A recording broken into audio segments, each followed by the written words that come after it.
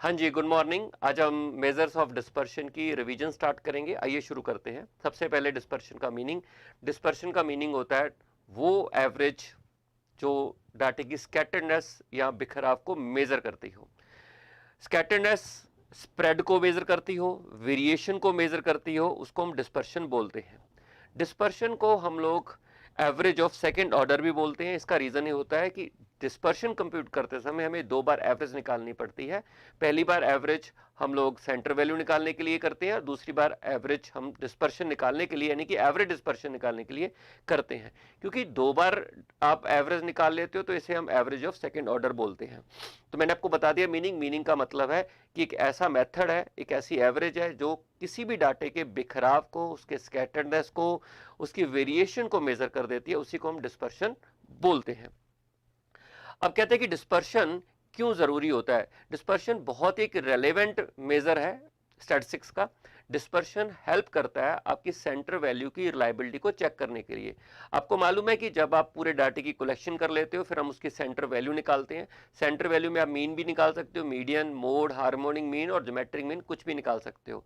ये सारी centre value निकालने के बाद हम सारी कैलकुलेशन सेंटर वैल्यू के ऊपर कैलकुलेट करते हैं। आप अज्यूम कर लीजिए अगर आपका सेंटर वैल्यू रिलायबल नहीं है तो आपकी जो सारी की सारी कैलकुलेशन है वो गलत हो जाएगी। तो सेंटर वैल्यू क्या अपने डाटे को रिप्रेजेंट कर पाता है कि नहीं कर पाता, उसके लिए हम डाटे की डिस्पर्शन चेक करते हैं। अगर डाटे में डिस्पर्शन ज्यादा है तो हम बोल सकते हैं कि जो सेंटर वैल्यू है वो अपने डाटे को रिप्रेजेंट नहीं कर पा रहा। और अगर डाटे में डिस्पर्शन कम है, कंसिस्टेंसी ज्यादा है, तो हम कह सकते हैं कि जो सेंटर वैल्यू आपने कंप्यूट किया वो अपने डाटे को अच्छी तरीके से रिप्रेजेंट कर सकती है। आप देख सकते हो आपके सामने तीन एग्जांपल है, एक फैक्ट्री ए का एग्जांपल है, एक फैक्ट्री बी का एग्जांपल है और तीसरा फैक्ट्री सी का एग्जांपल है। तीनों की एवरेज आपकी 400 है। पहले की एवरेज भी आपकी 400 है, दूसरे की एवरेज भी आपकी 400 है और तीसरे की एवरेज भी आप कंप्यूट करके देख लीजिए, उसकी एवरेज भी आपकी 400 यानी कि तीनों की सेंटर वैल्यू सेम है। लेकिन ए में डिस्पर्शन जीरो है, तो आप कह सकते हो कि ए की जो सेंटर वैल्यू है वो सारी वैल्यू को अच्छी तरह से रिप्रेजेंट करती है। बी में डिस्पर्शन है लेकिन कम है, यहां पर भी आप कह सकते हो कि काफी हद तक जो सेंटर वैल्यू है बी के डाटे को रिप्रेजेंट करती है। लेकिन अगर आप सी की बात करते हो, सी में डिस्पर्शन बहुत ज्यादा है, तो आप यहां पे कहोगे कि सेंटर वैल्यू जो है वो 400 जरूर है, पर वो किसी कायदे से भी वो किसी वैल्यू को रिप्रेजेंट नहीं कर पा रही है क्योंकि डाटे में डिस्पर्शन ज्यादा है।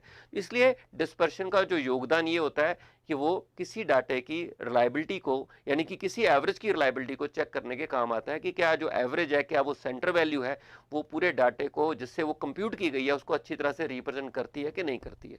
जितनी ज्यादा डिस्पर्शन होगी उतनी ज्यादा रिलायबिलिटी कम होगी और जितनी आपकी डिस्पर्शन कम होगी हम कह सकते हैं उसकी कंसिस्टेंसी ज्यादा होगी डाटे की, उतना आपका जो डिस्पर्शन का आपकी जो एवरेज है वो डाटे को अच्छी तरीके से रिप्रेजेंट कर पाएगी। ठीक है सर, ये मैंने आपको सिग्निफिकेंस बता दिया है। ठीक है जी, आगे चलते हैं। Measures of dispersion. डिस्पर्शन वैसे तो दो तरीके से मेजर होती है, एक ओवरऑल डाटे की डिस्पर्शन होती है, एक सेंटर वैल्यू से डाटे की डिस्पर्शन होती है। जब हम ओवरऑल डाटे की डिस्पर्शन को मेजर करते हैं तो हम बोलते हैं कि हम रेंज कंप्यूट करेंगे या इंटर क्वार्टल रेंज करेंगे। ठीक है, और जब आप ये कंप्यूट करते हो कि सेंटर वैल्यू से डाटे की डिस्पर्शन निकालनी है तो पहले हमें सेंटर वैल्यू निकालनी पड़ती है, फिर डिस्पर्शन कैलकुलेट करते हैं। तो वहां पर हम या तो मीन डेविएशन का इस्तेमाल करते हैं या फिर आप स्टैंडर्ड डेविएशन का इस्तेमाल करते हैं। ये सारे मेथड को हम फर्दर एक तरीके से भी डिवाइड कर सकते हैं। कुछ एब्सोल्यूट मेजर्स होते हैं, कुछ रिलेटिव मेजर्स होते हैं। हम बात करते हैं सबसे पहले एब्सोल्यूट मेजर्स की। एब्सोल्यूट मेजर्स वो मेजर्स होते हैं जो एब्सोल्यूट होते हैं, जो रिलेटिव नहीं होते, जो किसी के साथ कंपेयर नहीं होते। डिस्पर्शन की वो मेथड्स, डिस्पर्शन की वो वैल्यू जो किसी के साथ कंपेयर होकर नहीं आती है उनको एब्सोल्यूट बोलते हैं, और डिस्पर्शन की वो वैल्यूज जिसको किसी के साथ कंपेयर किया जाता है वो रिलेटिव मेजर्स होते हैं। एब्सोल्यूट मेजर की लिमिटेशन होती है कि क्योंकि वो कंपेयर नहीं होते हैं तो वहां पर आप कंक्लूजन करना आपके लिए मुश्किल हो जाता है। सपोज करो आपने डाटे की डिस्पर्शन निकाली, वो आती है 40, तो अब आपको पता नहीं है कि 40 डिस्पर्शन कम है या ज्यादा है क्योंकि वो किसी के साथ कंपेयर नहीं हो रही है।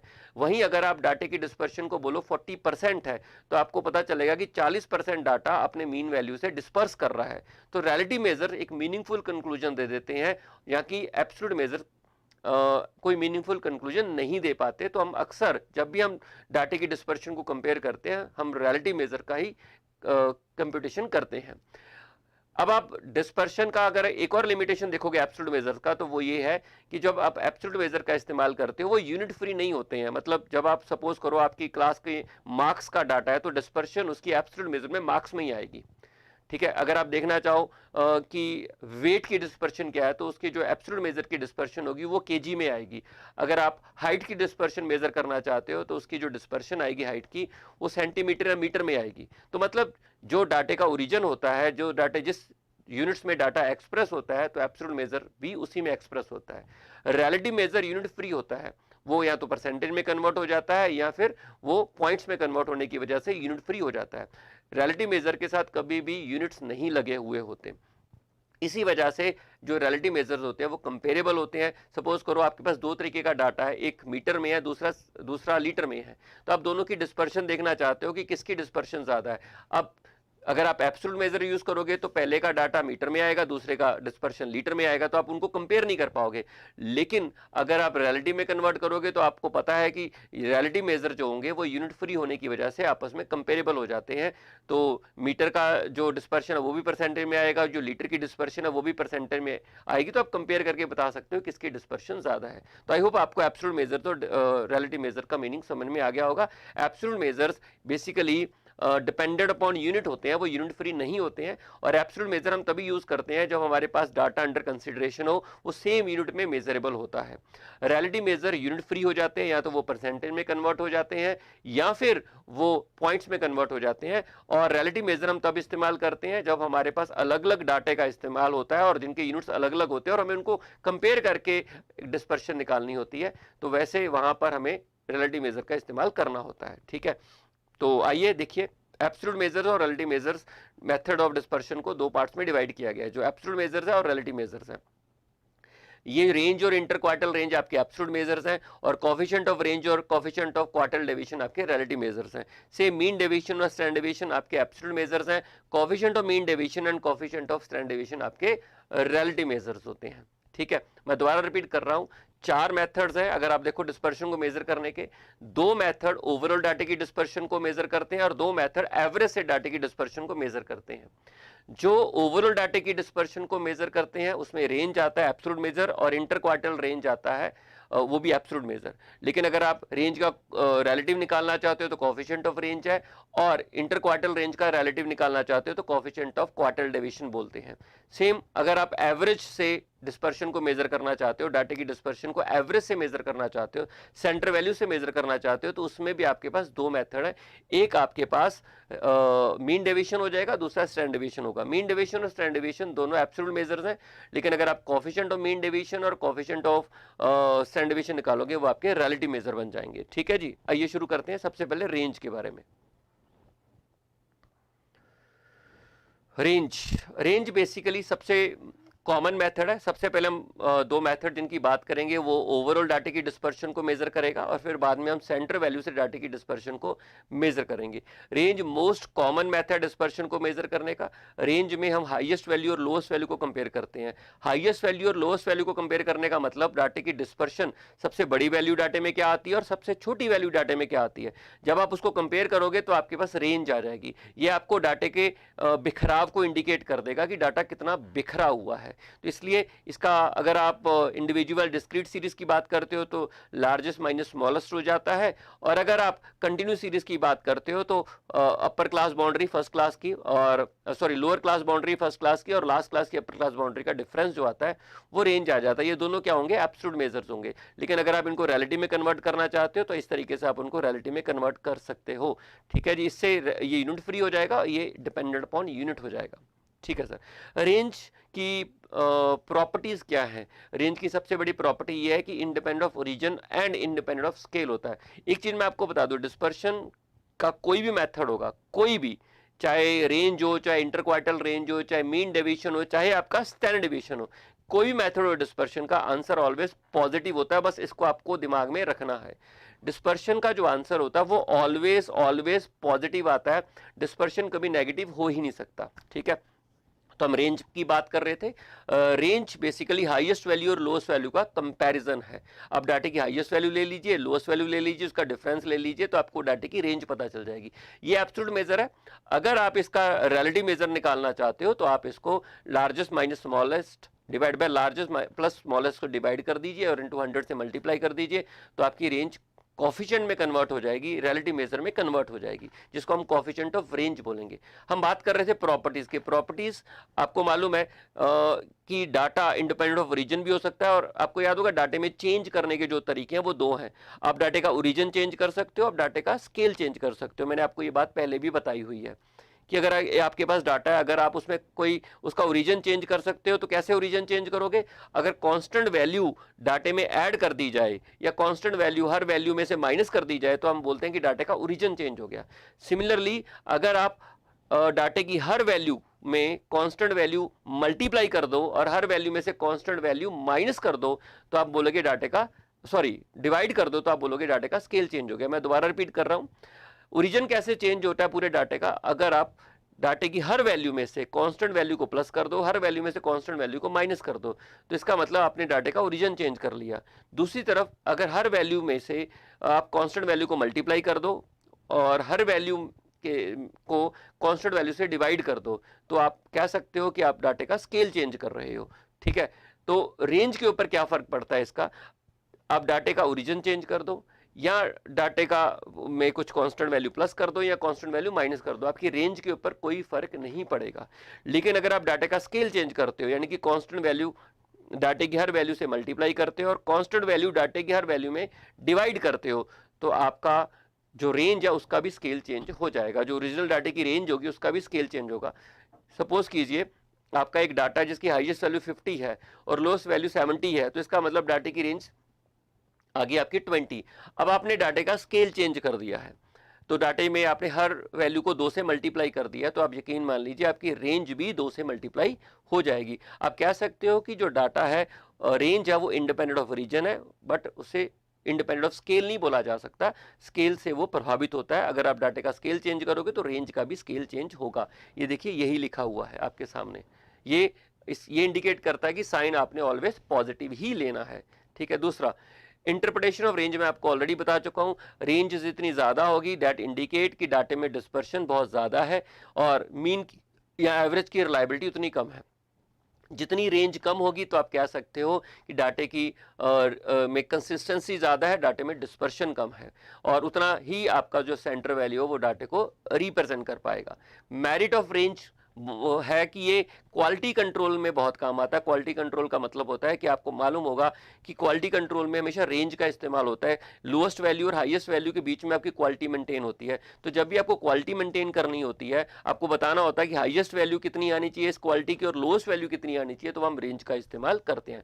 लिमिटेशन ये है कि रेंज जो है वो एक्सट्रीम वैल्यू से बहुत ज़्यादा प्रभावित होता है। एक्सट्रीम वैल्यू से प्रभावित होने का मतलब हो गया कि आपकी पहली और लास्ट वैल्यू के ऊपर ही रेंज डिपेंड होती है, बीच वाली वैल्यूज मैटर नहीं करती हैं। ऐसा हो सकता है कि दो वैल्यूज हो, दोनों एक्सट्रीम हो, और सपोज करो आपकी क्लास में दो बच्चे, एक के 0 मार्क्स आते हैं और एक के 100 मार्क्स आते हैं, बाकी सारे बच्चे एवरेज पर रहते हैं, 50-60 के आसपास रहते हैं, तो आपकी क्लास की जो रेंज आ जाएगी वो 100 आ जाएगी। बट दैट डजंट मीन कि बाकी में जो डाटे की रेंज है, डाटे में डिस्पर्शन इतनी ज़्यादा है। सिर्फ दो बच्चे थे एक्सट्रीम वैल्यू पे होने की वजह से आपको डिस्पर्शन जो दिख रही है, जो रेंज दिख रही है, बहुत ज़्यादा दिख रही है।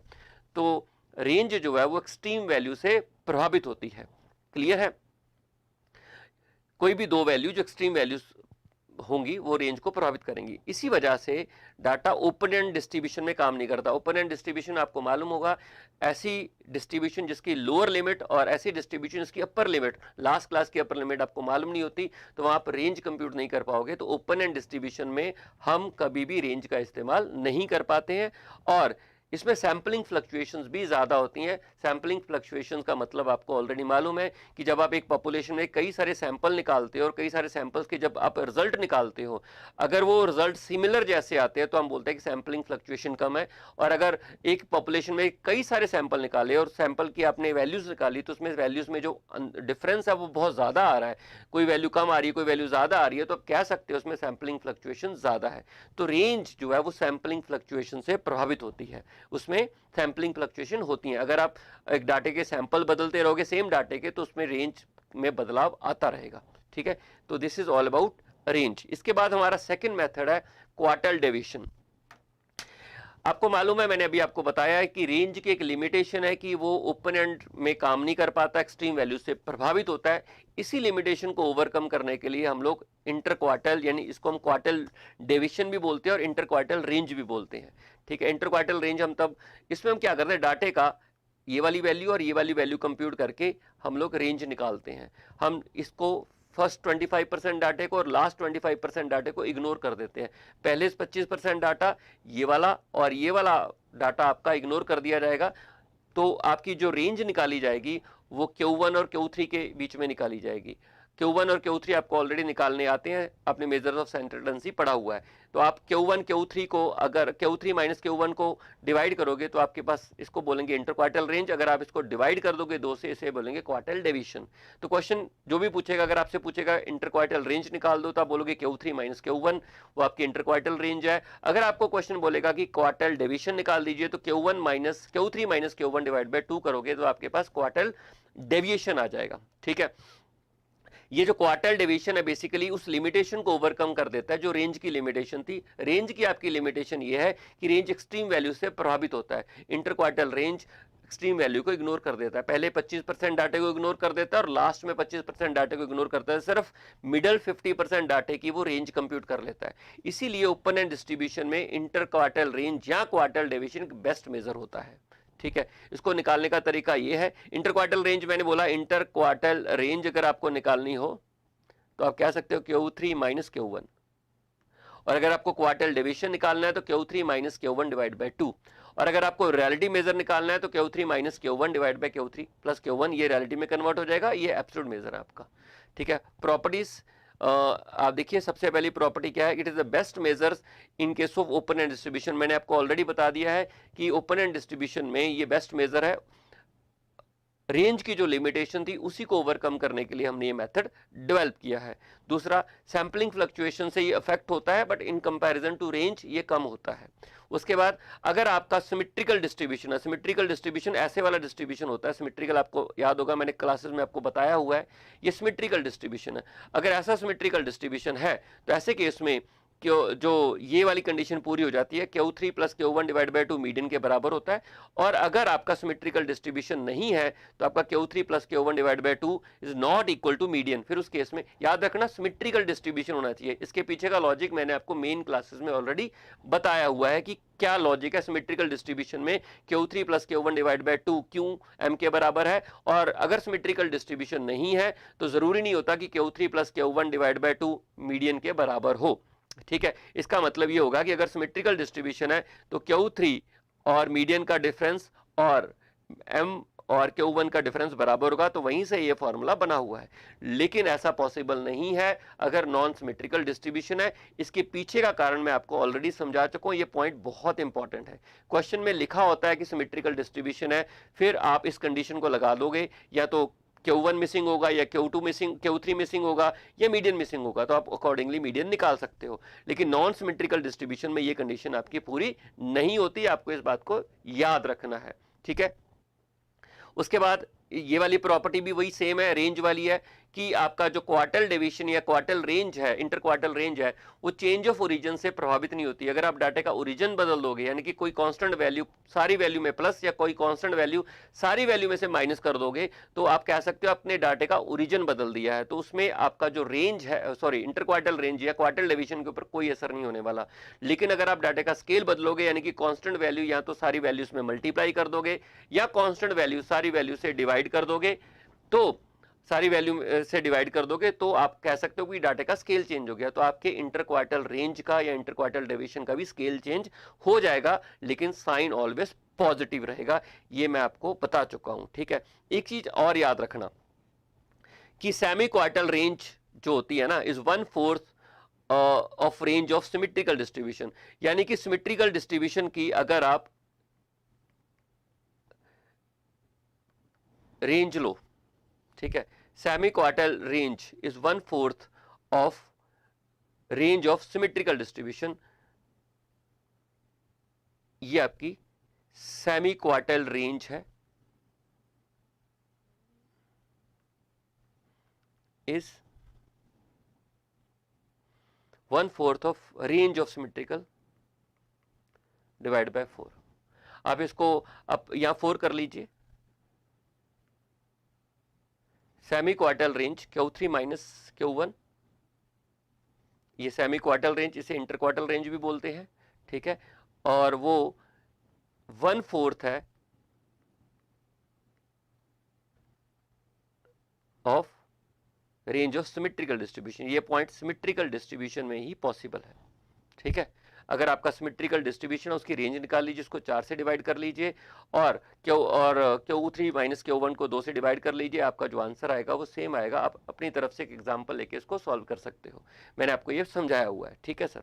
ओके जी, इंटरप्रिटेशन की बात करते हैं। वही सेम इंटरप्रिटेशन वही है कि अगर आपकी क्वार्टल डेविएशन जो है वो छोटी है तो इसका मतलब डाटे में डिस्पर्शन जो है वो कम है और डाटा कंसिस्टेंट है, सेंटर वैल्यू आसानी से डाटे को रिप्रेजेंट कर देगी। लेकिन आपकी अगर क्वार्टल डिवीजन ज्यादा है, क्वार्टल डिवीजन ज्यादा होने का मतलब ये होता है कि आपके डाटे में डिस्पर्शन ज्यादा है, और डाटे में डिस्पर्शन ज्यादा होने का मतलब होगा कि आपका जो मीन है, जो सेंटर वैल्यू है, वो डाटे को रिप्रेजेंट नहीं कर पाएगी, डाटे में कंसिस्टेंसी कम है।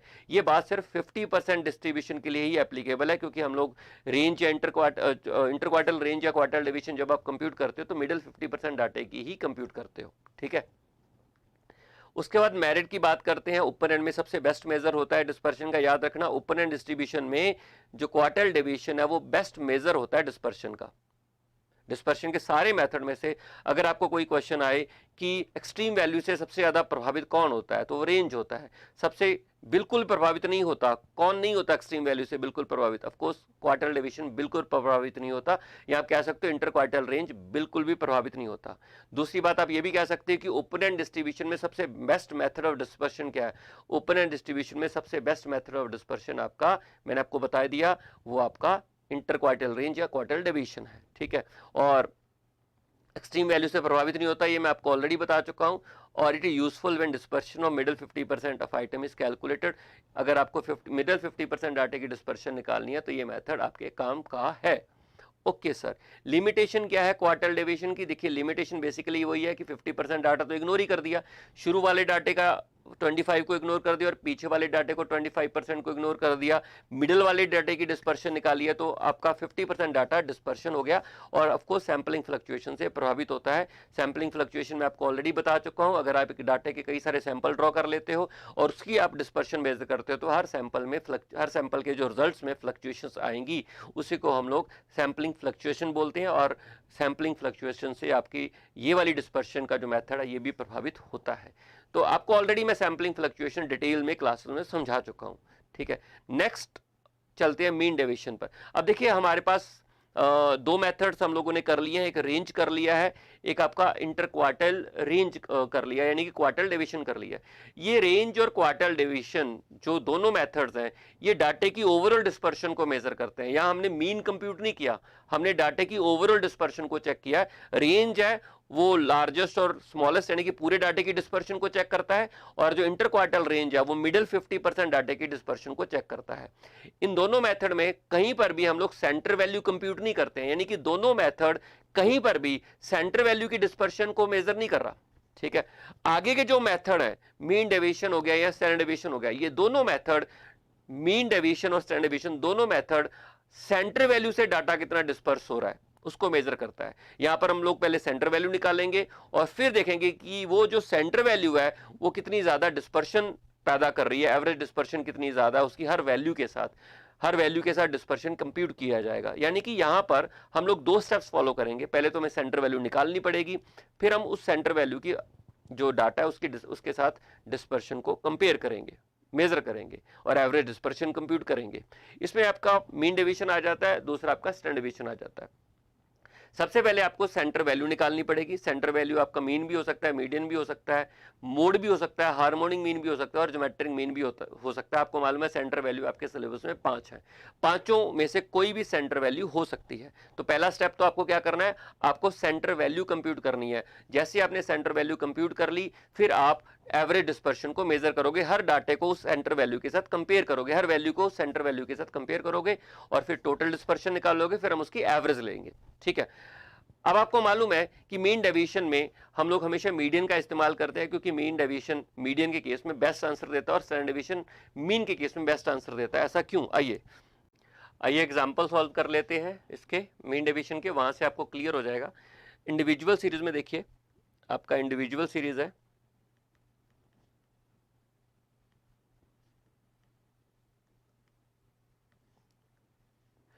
देखिए सबसे पहले x आ गया आपके पास 10, 12, 14, 16, 18 एंड 20, ये आपके पास वैल्यू है। आपको इसका मीन डेविएशन कंप्यूट करना है। मीन डेविएशन निकालने के लिए आप कोई भी एक सेंटर वैल्यू निकाल लीजिए। सेंटर वैल्यू मान लीजिए मैं मीन निकाल लेता हूँ। अगर आप इसका मीन देखोगे तो आई थिंक 15 आएगा, आप चेक कर लीजिए, इसका मीन 15 आएगा। 10 plus 12 plus 14 plus 16 plus 18 plus 12, नहीं सॉरी, ये 20 है, 18 की जगह 20। 10 plus 12 plus 14 plus 16 plus 18 plus 20 divided by 6, तो आपका मीन आपका 15 आ गया। सबसे पहले आपको मीन निकालना होता है। उसके बाद जब आप यहाँ पर मीन की जगह मीडियन, मोड, हार्मोनी मीन और ज्योमेट्रिक मीन कोई भी निकाल सकते हो, सेंटर वैल्यू कोई भी हो सकती है, तो आपका मीन आ गया। फिर आप लोग डिस्पर्शन चेक करोगे, हर वैल्यू को उसके मीन के साथ कंपेयर करोगे, तो उसको हम बोलते हैं स्मॉल एक्स। आपको मालूम होगा जब भी हम डिस्पर्शन लेते हैं मीन के साथ तो हम उसको स्मॉल एक्स से डोनेट करते हैं, ठीक है। तो ये आपके पास आ गया -5 और ये आपके पास आ गया -3, -1, 1, 3 और 5। अगर आप देखोगे ये 0 आ जाएगा। 0 इसलिए आएगा कि आपको मालूम है कि मीन की डिस्पर्शन जो होती है वो ऑलवेज 0 होती है। आप मीन की प्रॉपर्टी ऑलरेडी पढ़ चुके हैं, sum of deviation from arithmetic mean is always 0। इसलिए हम लोग क्या करेंगे, हम लोग इसका मॉडुलस ले लेंगे ताकि हम साइन को इग्नोर करते हैं। डिस्पर्शन निकालने के लिए आपको मीन डेविएशन में साइन इग्नोर करने पड़ते हैं। साइन इग्नोर नहीं करोगे तो आपको डिस्पर्शन पता ही नहीं चलेगी, क्योंकि मीन की प्रॉपर्टी की वजह से, मीन की प्रॉपर्टी कहती है कि अगर आप मीन से डेविएशन निकालोगे तो उसका जो जोड़ आएगा वो 0 आएगा। कुछ आइटम प्लस में चली जाएंगी, कुछ आइटम माइनस में चली जाएंगी और आपका जो डिस्पर्शन है ओवरऑल 0 आ जाएगा। आप एवरेज डिस्पर्शन निकाल ही नहीं पाओगे, इसलिए हमें साइन को इग्नोर करना पड़ता है। साइन को इग्नोर करने के दो तरीके होते हैं, एक तो मॉडुलस ले लीजिए, वहां पे आप साइन को इग्नोर कर दोगे। अगर आप मॉडुलस नहीं लेना चाहते तो आप स्क्वायर करके भी उस साइन को इग्नोर कर सकते हो। जब आप मॉडुलस लेके करोगे तो आप मीन डेविएशन का इस्तेमाल करोगे, जब आप स्क्वायर करोगे तो आप स्टैंडर्ड डेविएशन का इस्तेमाल करोगे, ठीक है। तो आइए यहां पर मॉडुलस लेते हैं, तो आ गया 5 और ये आ गया आपका 3, 1, 1, 3 और 5, टोटल 18 आ गया आई थिंक, हाँ जी 18 आ गया। और फिर आप एवरेज डिस्पर्शन निकाल लोगे तो एवरेज डिस्पर्शन आएगा 18 डिवाइड बाय 1, 2, 3, 4, 5, 6, तो आप कह सकते हो एवरेज डिस्पर्शन आपकी 3 आ गई। इसी को हम बोलते हैं मीन डेविएशन, ठीक है। और अगर मैं फॉर्मूला लिखूं तो मीन डेविएशन का फॉर्मूला बन जाएगा समीशन x अपॉन n, ठीक है। ये आपका 3 आ जाएगा। 3 का मतलब ये हो गया कि on an average her value आपकी मीन से 3 से डेविएट हो रही है। ऑन एन एवरेज आपका जो मीन है हर वैल्यू से 3 से डेविएट हो रहा है। तो अगर आप यहां पर रेंज निकालना चाहते हो डाटा की, रेंज ऑफ डाटा, आपको ये सारी क्लासेस में ऑलरेडी ये चीजें बता चुका हूं। मीन के साथ प्लस माइनस आपका मीन डेविएशन, ठीक है। तो मीन आपका आता है 15, प्लस माइनस अगर आप 3 करोगे तो ज़्यादातर वैल्यूज़ 12 से 18 के बीच में फॉल करेंगी। तो डिस्पर्शन एडजस्ट करके आपको अंदाज़ा लग जाता है कि आपकी ज़्यादातर वैल्यूज़ कहाँ फॉल करेंगी। तो डिस्पर्शन से आपको आइडिया लग गया कि 3 डिस्पर्शन का मतलब क्या है। इस 3 डिस्पर्शन का मतलब हो गया कि on an average her value mean से इतनी डेविएट हो रही है, या तो ज़्यादा होगी 3 से या कम होगी। तो दिस इज द रेंज। इससे आपको आइडिया लग जाएगा कि डाटे की रेंज क्या है। ज़्यादातर वैल्यू 12 से 18 के बीच में आ जाएगी, ठीक है। अगर आप कोफिशिएंट ऑफ मीन डेविएशन निकालना चाहते हो तो ये रिलेटिव मेजर हो जाएगा। इसको मैंने आपको बोला था कंपेयर करना पड़ता है रिलेटिव मेजर में। एब्सोल्यूट मेजर तो आपका आ जाएगा 3, अगर आप इसको कंपेयर करोगे तो रिलेटिव में कन्वर्ट हो जाएगा। तो 3 डिवाइडेड बाय इसका मीन इंटू 100 करोगे तो परसेंटेज में आ जाएगा। अगर 100 से मल्टीप्लाई नहीं करोगे तो पॉइंट्स में आ जाएगा। 3 डिवाइड बाय 15 इंटू 100, तो आप कह सकते हो 33 1/3% आपकी डिस्पर्शन आ चुकी है। 33 1/3% डिस्पर्शन है, इनकी डाटा ऑन एन एवरेज 33% आपकी वैल्यू से डेविएट कर रहा है। मीन कि हर वैल्यू मीन से इतने % डेविएट कर रही है। तो इससे आपको अंदाजा लग जाएगा कि डिस्पर्शन कम है या ज्यादा है। एब्सोल्यूट मेजर से आपको अंदाजा नहीं लगता कि डिस्पर्शन कम है या ज्यादा। ये तो 3 है, क्या मतलब है 3 का? डिस्पर्शन कम है या ज्यादा है आप बता नहीं पाओगे। लेकिन अगर आप उसको रियलिटी में कन्वर्ट कर देते हो तो रियलिटी में कन्वर्ट करके आपकी जो डिस्पर्शन की वैल्यू आती है वो 33% आ जाती है, 33 1/3%। इससे हमें अंदाजा लग गया कि on an average her value mean से इतने % डेविएट हो रही है। ठीक है, तो ये हो गया। तो मैं आपको इससे ज़्यादा डिटेल में नहीं बता पाऊंगा, रीज़न बीइंग हम रिवीजन कर रहे हैं। ये हम ऑलरेडी काफ़ी डिटेल में हम लोग डिस्कस कर चुके हैं। हमने आई थिंक 55 के आसपास क्लासेस में ये सारे टॉपिक डिस्कस किए हैं। तो वहाँ अगर डिटेल पढ़नी है तो आप वो क्लासेस को आप देख लीजिए। यहाँ मैं जस्ट आपको समराइज करा रहा हूँ ताकि आप एग्जाम से पहले बहुत शॉर्ट पीरियड में चीज़ों को समरी में कर सको। एक फार्मूला हमने डिस्कस कर लिया। दूसरा आप चलते हैं डिस्क्रीट सीरीज में।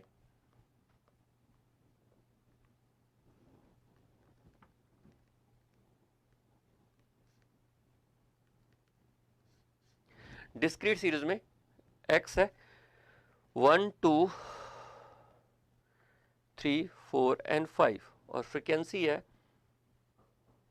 2 3 2 3 2। अगर आप इसका मीन निकालोगे, आप वैसे तो कोई भी चीज निकाल सकते हो, आप मीन भी निकाल सकते हो, मीडियन भी निकाल सकते हो, मोड, हार्मोनिक मीन और ज्योमेट्रिक मीन। तो आप देखिए इसका 3 आएगा, चेक कर लेते हैं। टोटल फ्रीक्वेंसीज होगी आपके पास 12 और 2 + 4 सॉरी 2 + 6 + 6 + 12 + 10। ठीक है जी, 3 आए, इतना ही आएगा। और अब हम निकालते हैं डिस्पर्शन।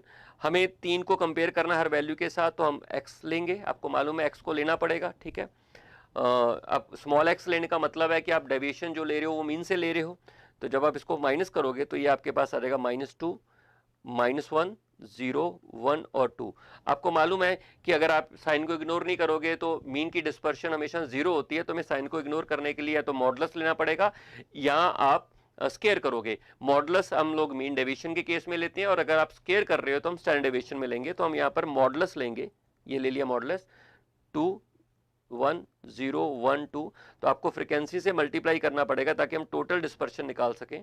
ठीक है, 4 3 0 3 एंड 4, ये आपके पास 14 आ गया। और जब आप टोटल डिस्पर्शन को यानी कि 14 को मीन से डिवाइड करोगे, सॉरी नंबर से डिवाइड करोगे, तो आपके पास कितना आएगा? टोटल डिस्पर्शन 14 है, चेक कर लीजिए। 4 एक मिनट, सॉरी ये ठीक है जी, 4 3 0 और 3 एंड 4। ठीक है जी, और 14 डिवाइड बाय 12, ये आपके पास आ गया 1.16 आपकी डिस्पर्शन आ गई। ये आपका मीन डेविएशन आ गया। अगर मैं फॉर्मूला लिखूं तो मीन डेविएशन का फॉर्मूला होगा summation f modulus x upon n। ठीक है, टोटल डिस्पर्शन निकाल ली और उसको नंबर से डिवाइड कर लिया। और अगर मैं कोफिशिएंट निकालना चाहूं तो आपको मैं ऑलरेडी बता ही चुका हूं, कोफिशिएंट निकालना चाहता हूं तो मीन डेविएशन को आपको मीन से डिवाइड करना पड़ेगा इंटू 100। मीन डेविएशन आपका आएगा 1.16 डिवाइड बाय 3 इंटू 100। ये आपका कोफिशिएंट आएगा 1.16 डिवाइडेड बाय 3, परसेंटेज में कन्वर्ट करोगे तो 38% की आपकी डिस्पर्शन आ जाएगी। एक एब्सोल्यूट मेजर हो गया, दूसरा मैंने आपको रिलेटिव मेजर कर दिया। इस एब्सोल्यूट मेजर का मतलब क्या है, इस रिलेटिव मेजर का मतलब क्या है, मैं बता देता हूँ। एब्सोल्यूट मेजर का मतलब होता है कि on an average her value mean से इस वैल्यू से डेविएट हो रही है। हर वैल्यू मीन से या तो कम है या ज़्यादा है, मैक्सिमम कम या ज़्यादा वैल्यू की रेंज ये होगी। ठीक है, और दूसरा 38% का मतलब होता है कि ऑन एन एवरेज मीन अपने डाटे से 38% डेविएट करता है। ठीक है, डिस्पर्शन मीन अपने डाटे को 38% रिप्रेजेंट नहीं करता, ये उसकी डिस्पर्शन की वैल्यू है। यानी कि आप कह सकते हो कि 62% मीन अपने डाटे को रिप्रेजेंट कर रहा है और 32% रिप्रेजेंट नहीं कर पा रहा। ठीक है, ये आपकी डिस्पर्शन का सेकंड डिस्क्रीट सीरीज में निकाल दिया मैंने। आपको कंटिन्यू सीरीज में भी आपको निकाल के बता देता हूं।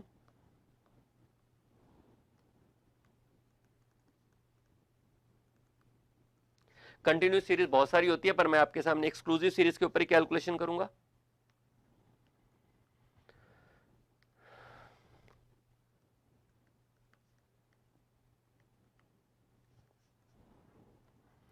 x 0 to 10, 10 to 20, 20 to 30, 30 to 40,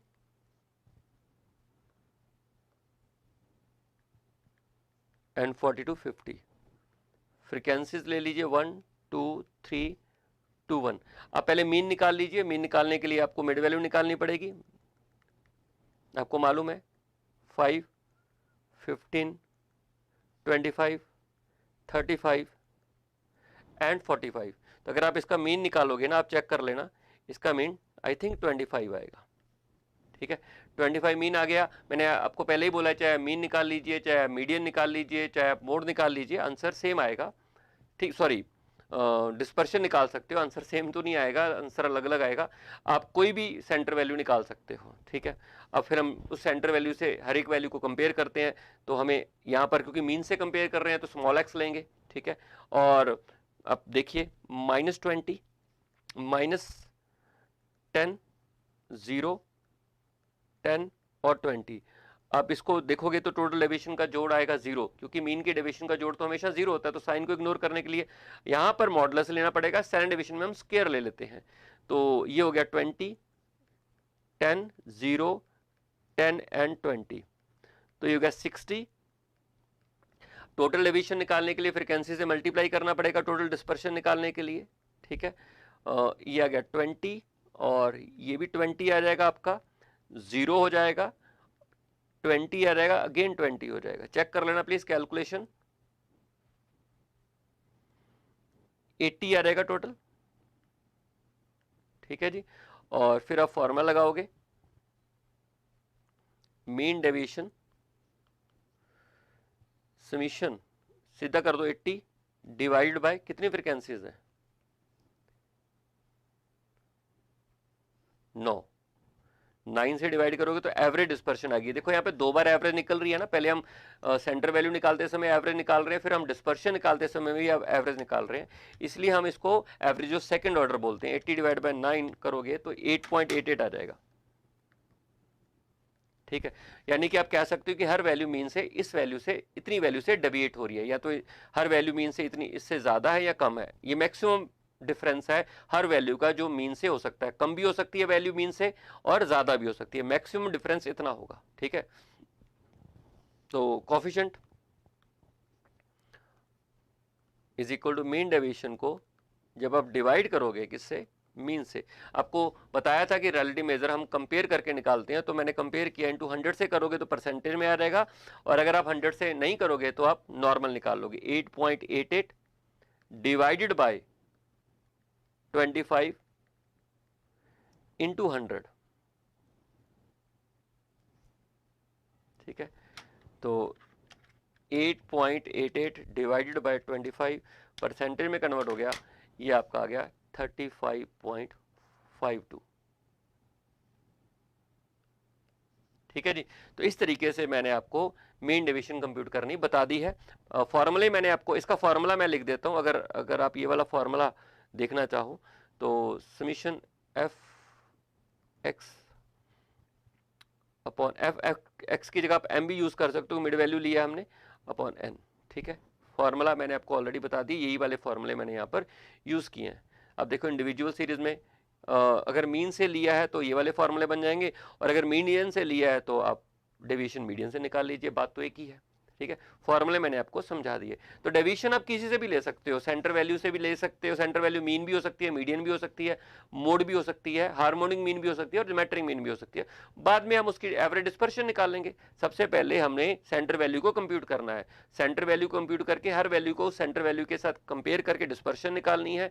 sign को इग्नोर करना है, क्योंकि अगर आप साइन इग्नोर नहीं करोगे तो मीन की डिस्पर्शन तो 0 आ जाएगी।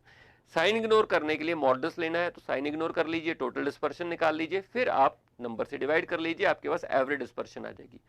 ये आपका मीन डेविएशन आ जाएगा, और फिर अगर आप उसको उसके मीन से या मीडियन से या मोड से डिवाइड कर लोगे तो रिलेटिव में कन्वर्ट हो जाएगा। ठीक है, जिससे भी आपने कंप्यूट किया है। तो उसी से आप डिवाइड कर लीजिए तो आपके पास वो कोफिशिएंट हो जाएगा। ये मैंने आपको कंप्यूट करना बता दिया है। आगे चलते हैं। Properties, mean deviation is least. अगर आप मीन डेविएशन मीडियन के केस में निकालते हो, यानी कि मीडियन का इस्तेमाल करके सेंटर वैल्यू के रूप में मीडियन का इस्तेमाल करते हो, तो मीन डेविएशन में लीस्ट आंसर जो आएगा वो तब आएगा जब हम मीडियन का इस्तेमाल करके डिस्पर्शन निकालेंगे। इसका कारण है क्योंकि अगर आप मीडियन पढ़ोगे, मीडियन आपने पढ़ा हुआ है, तो मीडियन के absolute deviation from median is always minimum. Absolute deviation का मतलब होता है जब आप साइन इग्नोर करके डेविएशन निकालते हो तो ऑलवेज मिनिमम होता है। साइन इग्नोर करके जब आप डेविएशन निकालते हो तो ऑलवेज मिनिमम होता है। इसलिए जब भी हम मीडियन से डिस्पर्शन निकालते हैं, क्योंकि आप देखो मीडियन में हम लोग हमेशा साइन को इग्नोर करते हैं, सॉरी मीन डेविएशन में हम लोग हमेशा साइन को इग्नोर करते हैं। तो अगर मीन डेविएशन हम लोग मीडियन से निकालें तो ये वाली प्रॉपर्टी एप्लीकेबल हो जाएगी। इसलिए अगर हम मीन डेविएशन मीडियन से निकालते हैं तो उसमें जो आंसर होगा वो लीस्ट होगा। ठीक है, डिस्पर्शन लीस्ट आएगी। और ये तो मालूम ही, अगर सारे वैल्यूज सेम हो जाएंगी तो मीन डेविएशन आएगा ही नहीं। ऑफ कोर्स अगर सारी वैल्यूज ही सेम होगी है तो डिस्पर्शन आना ही नहीं है, तो उस केस में आपका मीन डेविएशन हो जाएगा 0। और ये वही वाली प्रॉपर्टी है ओरिजिन और स्केल वाली। अगर आप डिस्पर्शन की बात करते हो, मीन डेविएशन की बात करते हो, अगर आप डाटे का ओरिजिन चेंज कर देते हो तो ओरिजिन चेंज करने के बावजूद भी आपका जो मीन डेविएशन है उसके ऊपर असर नहीं पड़ेगा। आंसर आपका सेम आएगा जितना आप अदरवाइज निकालते।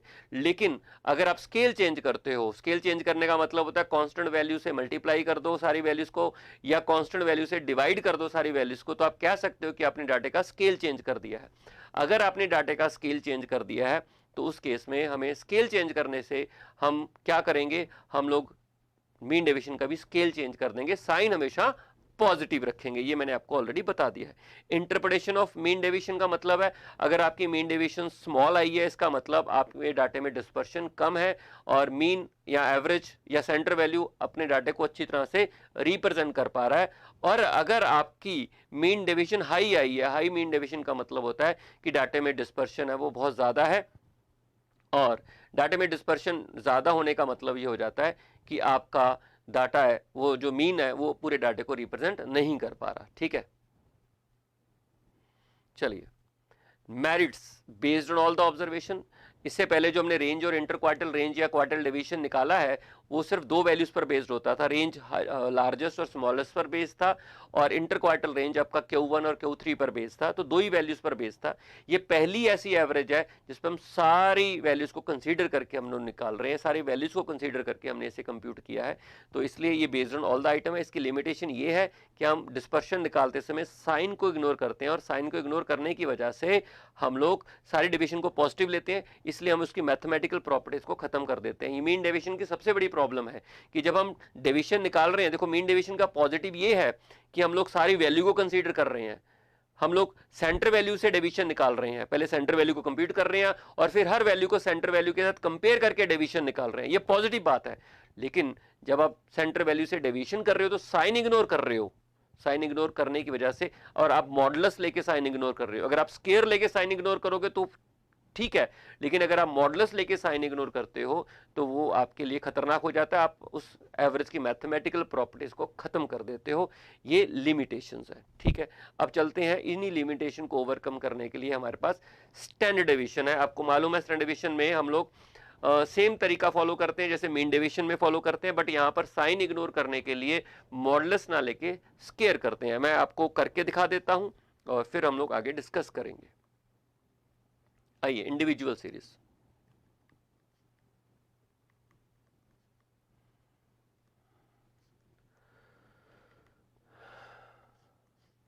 इंडिविजुअल सीरीज में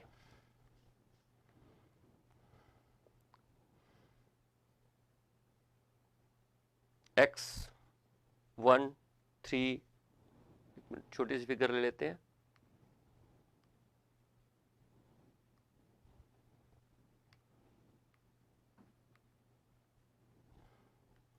x 2 4 and 6। अब इसका मीन निकाल लेते हैं। मीन आपको मालूम है 3 आएगा, नहीं 4 आएगा। ठीक है जी, जब आप 4 निकालोगे तो स्मॉल x निकालोगे, साइन करोगे, मतलब डेविएशन निकालोगे, ये आपकी एवरेज आ गई। अब हर वैल्यू को मीन के साथ कंपेयर करना आप ऑलरेडी जानते हो। मीन डेविएशन में हम लोग यही करते हैं और स्टैंडर्ड डेविएशन में भी हम लोग यही करते हैं। अब हर वैल्यू को उसकी एवरेज के साथ कंपेयर करना है। ये आपका -2 आ जाएगा, ये आपका 2 आ जाएगा, यहाँ पर भी 0 आ जाएगा, यहाँ पर भी 2 आ जाएगा। अब साइन को इग्नोर करने के लिए हम लोग यहाँ मॉडुलस का इस्तेमाल नहीं करते, यहाँ साइन को इग्नोर करने के लिए हम स्क्वायर ले लेते हैं। तो हम करते हैं इसका स्क्वायर 404 और फिर उसका जोड़ते हैं, उसको 8 बन गया। अब आप देखिए आपके पास आ गया 8 और डिवाइड कर लीजिए 3 से, तो आप देखिए आपके पास एवरेज डेविएशन का स्केयर आ गया। तो फिर बाद में हम इसका रूट ले लेते हैं ताकि हम स्केयर के इफेक्ट को खत्म कर सके। ये आपके पास स्टैंडर्ड डेविएशन आ जाता है। ठीक है, स्टैंडर्ड डेविएशन आ गया। कैसे?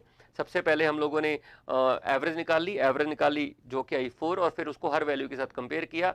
आपको साइन इग्नोर, वैसे तो 0 आएगा, देखो आपको मीन से डेविएशन निकालोगे ऑलवेज 0 होगा, लेकिन आप उसको इग्नोर करना चाहते हो तो आपको या तो मॉडुलस लेना पड़ेगा टोटल डिस्पर्शन निकालने के लिए, या आपको स्केयर करना पड़ेगा, अदरवाइज तो डेविएशन 0 आ जाएगा। ठीक है, तो टोटल डिस्पर्शन निकालने के लिए मैंने क्या किया, स्केयर कर लिया। तो हमारे पास जो डेविएशन आएगी है ना, वो स्केयर की टोटल डेविएशन आ गई है। और फिर हम लोगों ने एवरेज ले ली, तो हमारे पास एवरेज डिस्पर्शन का स्केयर आ गया और फिर हमने उसका रूट निकाल लिया, तो हमारे पास एवरेज डिस्पर्शन आ गई, इसलिए हमें रूट लेना पड़ता है। ठीक है, अगर मैं इसका फॉर्मूला लिखूं तो ये हो जाएगा summation x square upon n, summation x square upon N.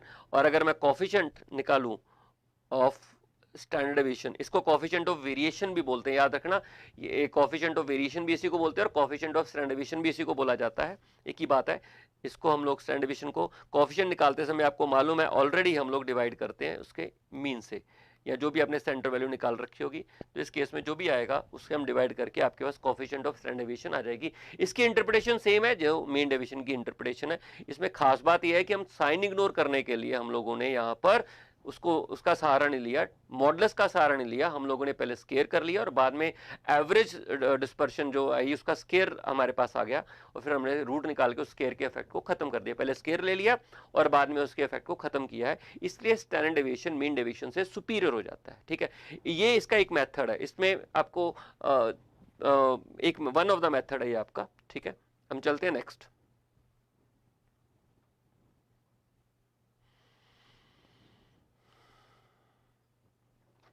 ये आपका मेथड होगा एक्चुअल मीन मेथड, इसको मैं नाम दे रहा हूं एक्चुअल मीन मेथड है ये आपका।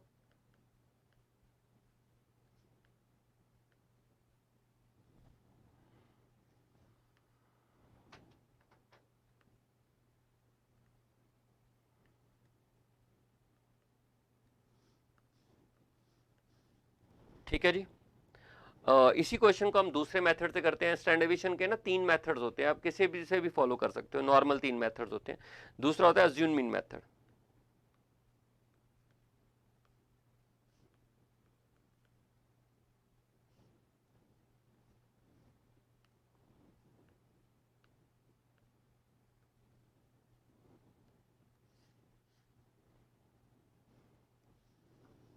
अब देखिए सेम क्वेश्चन को कर लेते हैं। एक्स आया आपके सामने 2, 4 एंड 6। अब आपको मालूम है मीन इसका 3 है, बट आप मीन लेना 4 है, मीन 4 लेना नहीं चाहते, या मीन पॉइंट्स में आ गया सपोज करो, तो आपके लिए कैलकुलेशन मुश्किल हो जाएगी। तो हम अज्यूम कर लेते हैं कि हमने अज्यूम कर लिया आपका 5। ठीक है, हमने 5 अज्यूम कर लिया और 5 को अज्यूम करके हम लोग स्टैंडर्ड डेविएशन निकाल लेते हैं। ठीक है, हम मीन को नहीं ले रहे, मान लीजिए मीन पॉइंट्स में आ रहा है तो हमारे लिए कैलकुलेशन मुश्किल हो जाएगी। तो हम क्या करते हैं, किसी नंबर को अज्यूम कर लेते हैं, उससे हम लोग स्टैंडर्ड डेविएशन कंप्यूट कर लेते हैं। ठीक है, आइए dx, आपको मालूम है जब मीन की डेविएशन अज्यूम मीन से लोगे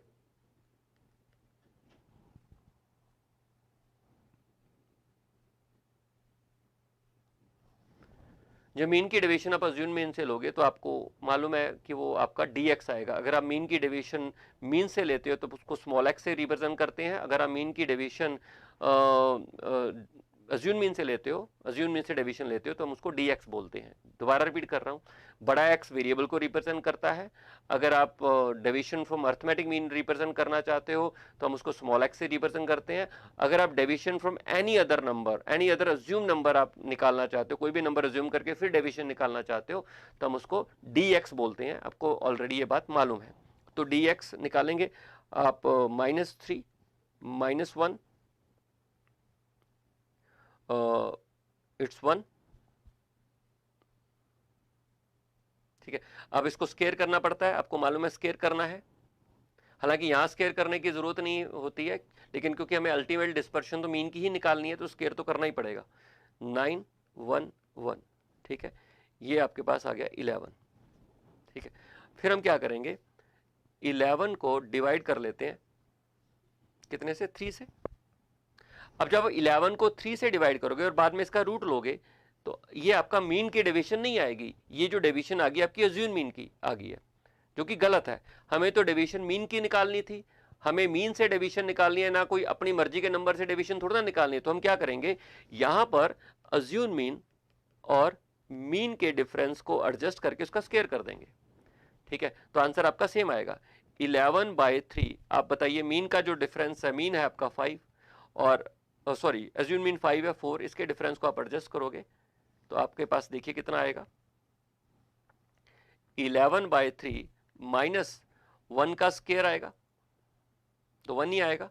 इसको अगर आप सॉल्व करोगे तो 11 - 3/3 आएगा और इसको फर्दर सॉल्व करोगे तो आपके पास आएगा 8/3 और आप देखिए हमारा आंसर पहले भी 8/3 ही आया था, ये देखिए, ठीक है। तो आप ये डिफरेंस को एडजस्ट कर दीजिए और आपका आंसर सेम आएगा। आप किसी भी नंबर से डिवीजन निकाल लीजिए, किसी भी नंबर से ऑफ योर चॉइस, आप किसी भी नंबर से निकाल लीजिए और बाद में आप डिफरेंस को इस तरीके से एडजस्ट कर दीजिए, ठीक है। कोई भी नंबर और उसकी मीन का जो डिफरेंस है बाद में जाके आप एडजस्ट कर दीजिए, ये एडजस्टमेंट फैक्टर होता है, इससे भी आपका आंसर जो आएगा वो सेम आ जाएगा, ठीक है।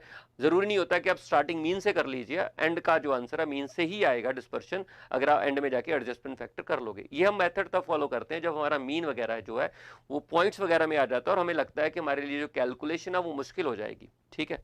ओके, तो इसका अगर आप फॉर्मूला लिखोगे तो फॉर्मूला सर इसका बन जाएगा, मैं बता देता हूं। इसका फॉर्मूला बन जाएगा summation dx square upon n minus summation dx upon n का होल स्क्वायर, ठीक है जी। ये फॉर्मूला बन जाएगा। ये जो चीज है ना, ये जो चीज है वो सेम ही है, एक ही बात है। और कोफिशिएंट निकालना तो आपको आता ही है, वो तो सेम ही है।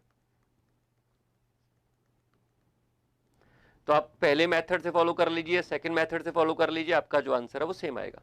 अब हम चलते हैं थर्ड मेथड पे। थर्ड होता है एक्चुअल डाटा।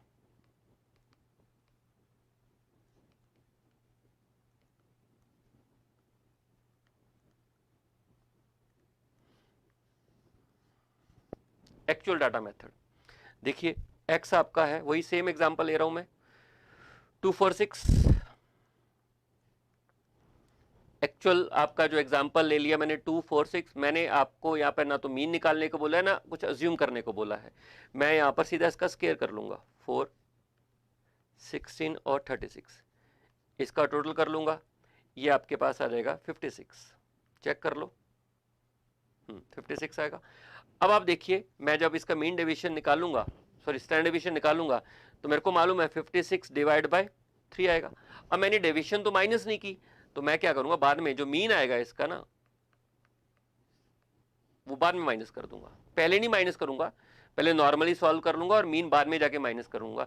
इसका लॉजिक मैं आपको ऑलरेडी मेन क्लासेस में समझा चुका हूं, यहाँ रिवीजन में ये पॉसिबल नहीं होगा कि मैं इसके लॉजिक समझा दूं, तो आप इसको ऐसे भी सॉल्व कर सकते हो। आप नॉर्मल डाटे को सॉल्व कर लीजिए और बाद में उस डाटे का मीन बाद में जाके एडजस्ट कर देंगे, आपका आंसर सेम आएगा। चेक कर लेते हैं, 56 डिवाइड बाय 3 माइनस आपका 4 आएगा, यहाँ पर 4 का स्क्वायर, 56 डिवाइड बाय 3 माइनस 16,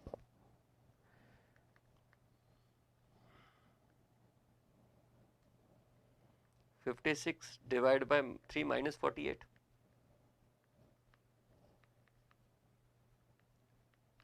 8/3, आपका आंसर सेम आ गया। इसका फॉर्मूला अगर मैं आप मेरे से पूछो तो इसको फॉर्मूले को हम ऐसे लिखेंगे, summation x square upon n minus summation x upon n का होल स्क्वायर, और आप इसे ऐसे भी लिख सकते हो, बात तो एक ही है, summation x square upon n minus mean, एक ही बात है। तो फॉर्मूला आपको ऑलरेडी मैंने समझा दिया और कैसे सॉल्व करना है ये भी बता दिया। तो इंडिविजुअल सीरीज में आपको ऑलरेडी समझा चुका हूँ, ये देखिए तीनों चीजें मैंने आपके साथ डिस्कस कर ली है। तो तीनों से जो आंसर है आपका सेम आना है।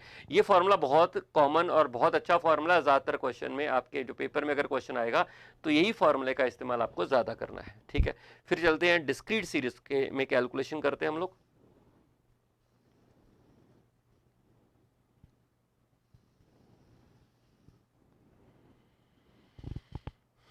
चलिए डिस्क्रीट सीरीज में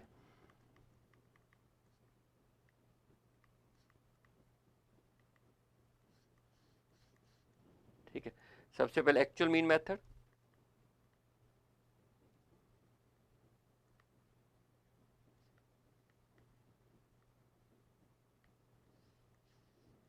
एक्चुअल मीन मेथड में सेम एग्जांपल ले लेते हैं, 1 2 3 4 एंड 5, ठीक है। और इसकी फ्रिक्वेंसी लेते हैं 1 2 3 2 1। थोड़ा इजी एग्जांपल ले रहा हूँ ताकि सॉल्व करना मेरे लिए आसान रहे, ठीक है। तो आइए चलते हैं इसको। सबसे पहले आपको पता है मीन निकालना पड़ेगा। आप चेक कर लीजिए, इसका मीन 3 आएगा, ठीक है। 3 इसका मीन आ गया और एक्चुअल मीन निकाल के सॉल्व करना है तो आप स्मॉल एक्स लीजिए, डेविएशन फ्रॉम अर्थमेटिक मीन, हर एक वैल्यू को मीन के साथ कंपेयर कर लीजिए। ये आपके पास आएगा -2 -1 0 1 एंड 2। फिर आप इसको स्केयर कर लीजिए, ऑफ कोर्स साइन को, अदरवाइज तो 0 आ जाएगा, तो साइन को इग्नोर करना पड़ेगा। साइन इग्नोर करने के लिए हम लोग यहाँ पे मॉडुलस नहीं ले रहे हैं, यहाँ साइन इग्नोर करने के लिए हम स्केयर का इस्तेमाल कर रहे हैं। तो ये हो जाएगा 1 4 9 6 16 एंड 25। देख लीजिए, सॉरी ये गलत स्केयर कर रहे हो आप,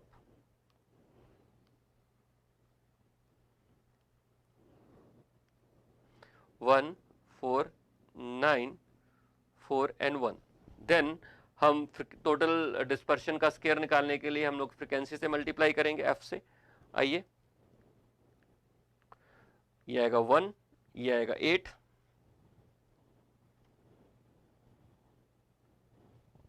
ये आपका 8 आ जाएगा,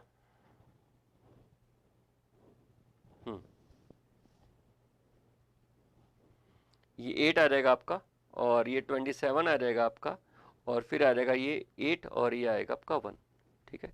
इसको जोड़ लेते हैं, 1 + 8 + 27 + 8 + 1, ये 45 आएगा, ठीक है। और इसको सॉल्व करना है तो 45 डिवाइडेड बाय कितनी फ्रिक्वेंसीज है, 3 2 6 7 8 9 10, 9 होंगी ना, 9 सॉरी,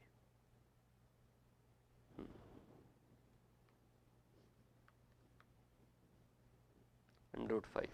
ये आपका स्टैंडर्ड डेविएशन आ गया थ्रू मीन। अगर आपको कोएफिशिएंट निकालना है तो आपको मालूम है डिवाइड बाय जिससे आपने निकाला है, जो सेंटर वैल्यू है, मीन से निकाला है तो मीन, तो √5 डिवाइड बाय जो भी इसका 3 आएगा इंटू 100, ठीक है जी। तो इस तरीके से आपका सॉल्व हो जाएगा। अगर आप सेम क्वेश्चन को अज्यूम मीन मेथड से सॉल्व करना चाहते हो, आइए, अज्यूम्ड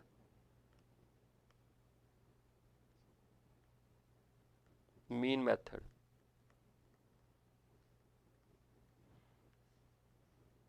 कोई भी अपनी तरफ से अज्यूम कर लीजिए और फिर मैं आपको दिखाता हूँ आंसर, चाहे आपका सेम ही आएगा, चाहे अपनी तरफ से अज्यूम कर लोगे। एक्स सेम ले लेते हैं, 1 2 3 इट्स 4 5, फ्रिक्वेंसी है 1 2 3 2 1। अब कोई भी नंबर अपनी तरफ से अज्यूम कर लीजिए, 2 अज्यूम कर लीजिए, 3 अज्यूम कर लीजिए, 5 10 20 कुछ भी। तो मैं अज्यूम कर रहा हूँ, आपका अज्यूम मीन है 4 अज्यूम कर लेता हूँ या 5 अज्यूम कर लेता हूँ, जैसे भी आपको ठीक लगे, 5 अज्यूम कर लेता हूँ। कोई भी नंबर अज्यूम कर सकते हो आप।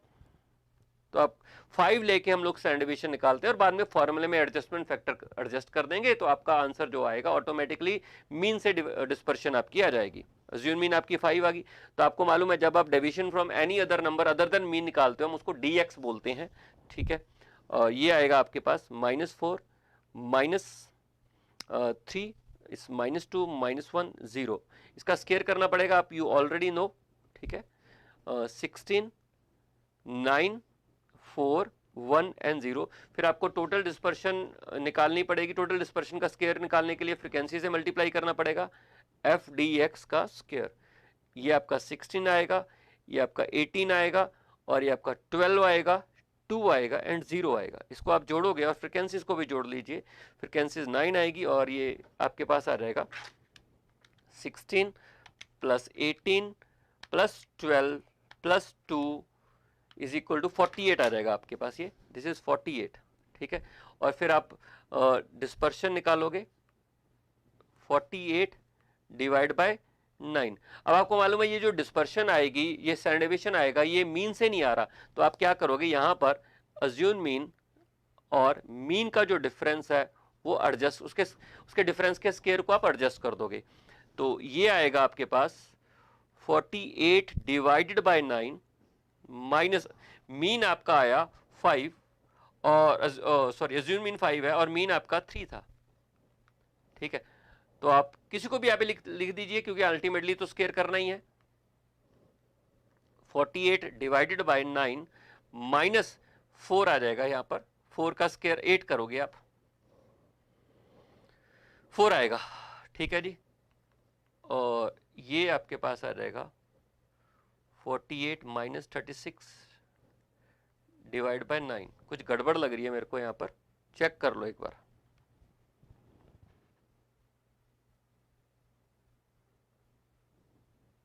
ये आपके पास √5 आना चाहिए, तो 5 तो किसी हालत से नहीं लग रहा आएगा।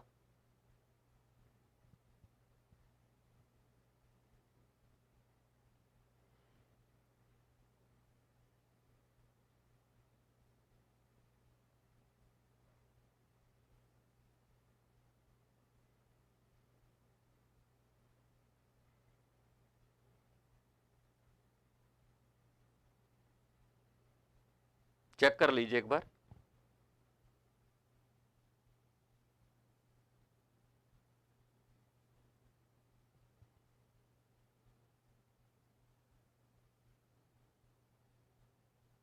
ये देखिए यहाँ गलती की है, ये 4 हो, एक्स का स्क्वायर मैंने गलत कर दिया, ये पीछे सॉल्व गलत किया जी, ठीक कर लेते हैं इसको।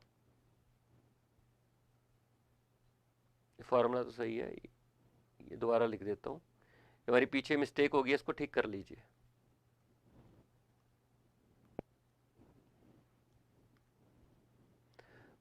फोर 1 0 1 4 और इसका एफ से मल्टीप्लाई करते हैं, 4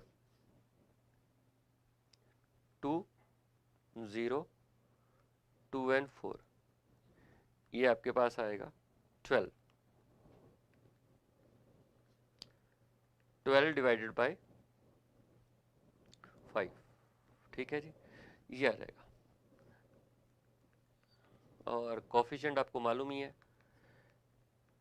डिवाइड बाय जिससे निकाला है इंटू 100, और यहाँ पर 12 √5 आप चेक कर लीजिए, 5 है ना, ये 9 नहीं आएगा, ये सॉरी यहाँ 9 आएगा, 5 की जगह 9 आएगा, देख लीजिए सेम आंसर आ रहा है। ये मैंने आपका एडजस्टमेंट फैक्टर लगा दिया यहाँ पर और आपका आंसर सेम आ जाएगा। आपको एडजस्टमेंट फैक्टर निकालना है, आप किसी भी नंबर से डिस्पर्शन स्टार्ट कर लीजिए, बाद में हम लोग एडजस्टमेंट फैक्टर लगा देंगे जो कि मीन और उस नंबर का डिफरेंस का स्क्वायर होगा और फिर रूट ले लेंगे और आपका आंसर सेम आ जाएगा। तो इसका फॉर्मूला सर क्या बना, इसका फॉर्मूला देख लीजिए। अगर आप इसका फॉर्मूला बनाना चाहो, summation F D x square upon 9 minus summation F D x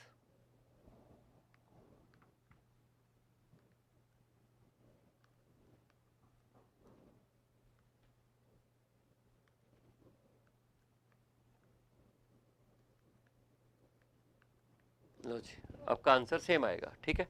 ये था आपका अज्यूम मीन मेथड, और तीसरा मेथड आपका है actual mean method, sorry actual data method.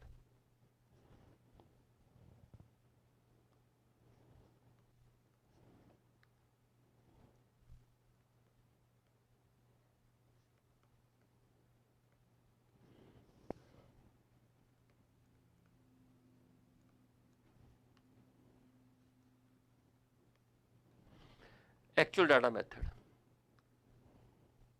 Same case ले लेते हैं, 1 2 3 4 5,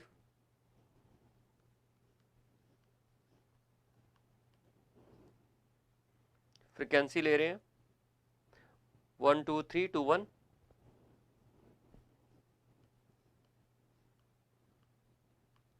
अब हम ना तो मीन लेंगे ना अज्यूम मीन लेंगे, हम सीधा सॉल्व करेंगे एक्चुअल डाटा से। इसका स्क्वायर कर लेते हैं 1 4 9 16 25 और फिर टोटल करने के लिए फ्रीक्वेंसी से मल्टीप्लाई कर देते हैं 1 8 27 32 एंड 25। जोड़ देते हैं इसको 1 + 8 + 27 + 32 + 25, ये आपके पास आएगा 93।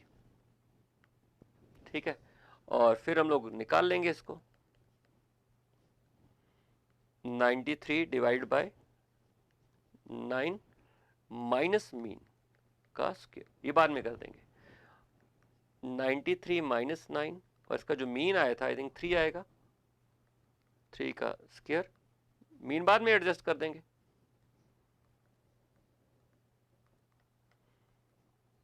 -81 √12/9, सेम आंसर। तो अब जैसे मर्जी कर लीजिए, आपका आंसर सेम आएगा। और अगर आप इसका फॉर्मूला लिखना चाहो, summation x square upon n minus summation x,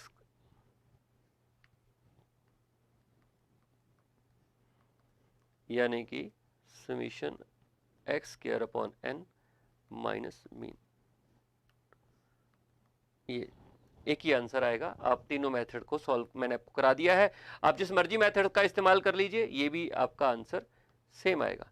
continuous series में बस आपको मिड वैल्यू लेके करना है, करना सेम ही है, तो ये फॉर्मूले भी मैं मान के चलता हूँ सेम फॉर्मूले है, आपका आंसर आ जाएगा। डिस्क्रीट और कंटिन्यूस सीरीज में सिर्फ एक ही फर्क है कि कंटिन्यूस सीरीज में आपको मिड वैल्यू लेके सॉल्व करना है।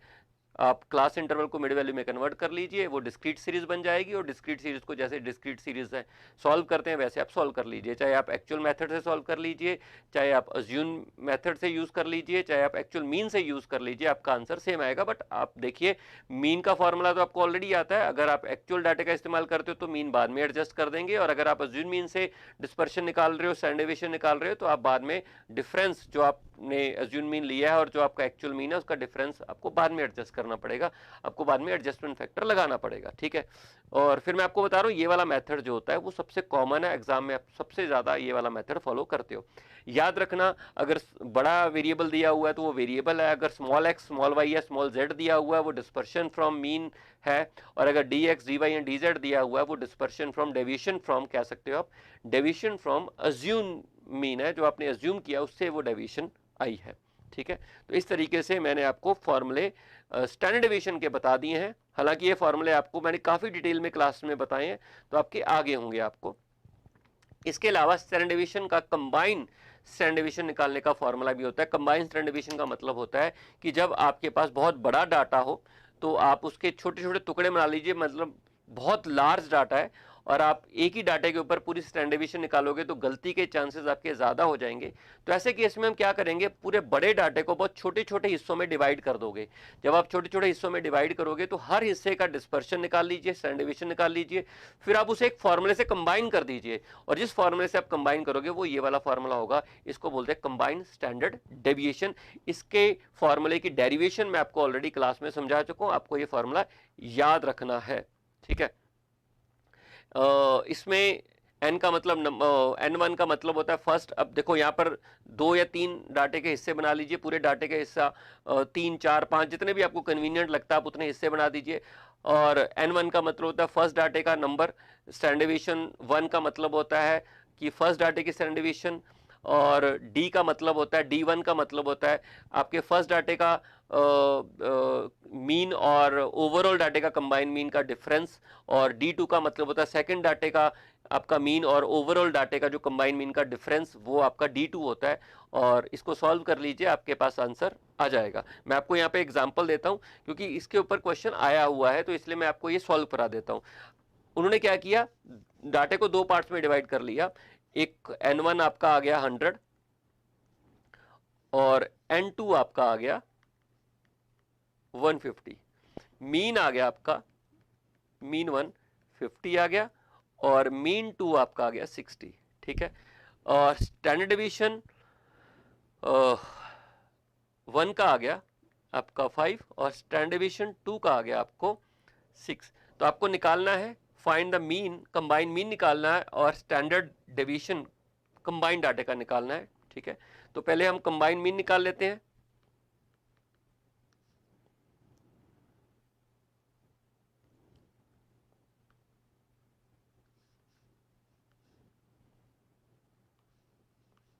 कंबाइन मीन आपको निकालना आता ही है।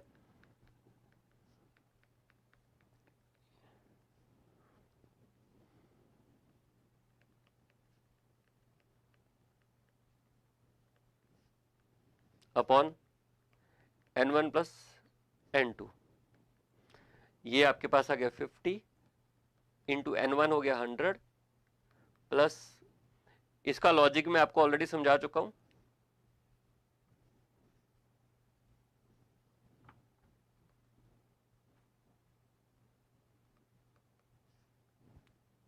Divided by 250। तो कितना आया देखो, ये आपका 5000 प्लस 9000 डिवाइड बाय 250, 60 आ गया कंबाइन मीन आपका, ठीक है। अब हम निकालते हैं D1, क्योंकि हमें D1 कंबाइन, एक मिनट, कंबाइन स्टैंडर्ड डिवीजन के लिए क्या क्या चाहिए,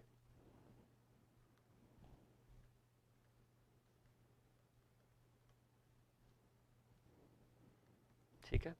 आपको फॉर्मूला देखिए n1, ये देख लीजिए यहाँ पर, ये फॉर्मूला मैं यही लिख रहा हूँ, इंटू स्टैंडर्ड डिवीजन 1 का square plus n2 into standard division 2 का स्क्वायर प्लस D1 का square into n1 plus D2 का square into n2 divided by n1 plus n2, ठीक है। ये आपके पास है,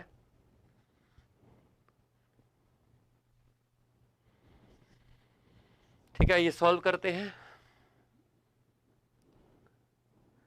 n1 आपके पास 100 है, क्लियर है, ये आपके पास ऑलरेडी मालूम है, 5 का 25 आ गया और n2 आपके पास आ जाएगा 150 और ये आ जाएगा आपके पास 36 और D1 का स्क्वायर आ जाएगा। D1 होता है कंबाइंड स्टैंडर्ड डिवीजन और आपके कंबाइंड मीन और आपके डाटे के जो आपके पार्ट का मीन है उसका डिफरेंस का स्क्वायर, ठीक है। तो आपका 60 माइनस 50 का स्क्वायर आ जाएगा, यानी कि 100 आ जाएगा और D2 आएगा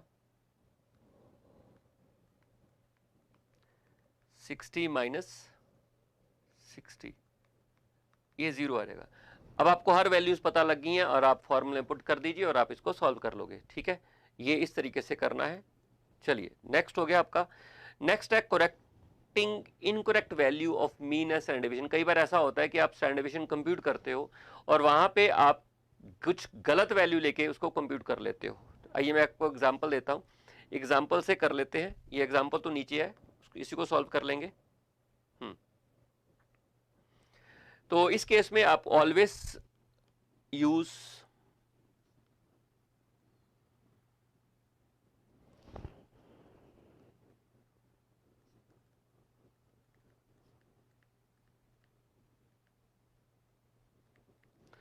आपको करेक्ट स्टैंडर्ड डिवीजन में अगर आपको करेक्ट करना है, आपकी जो कैलकुलेशन है वो आपकी गलत हो चुकी है, आपने कुछ मिस्टेक कर दिया, कोई वैल्यू को गलत ले लिया, तो अगर आपको उसको करेक्ट करना है तो जो गिवन फॉर्मूला है मैं आपको बता रहा हूं वही यूज करना है। आपको हमेशा ये वाला फॉर्मूला यूज करना है ऑलवेज।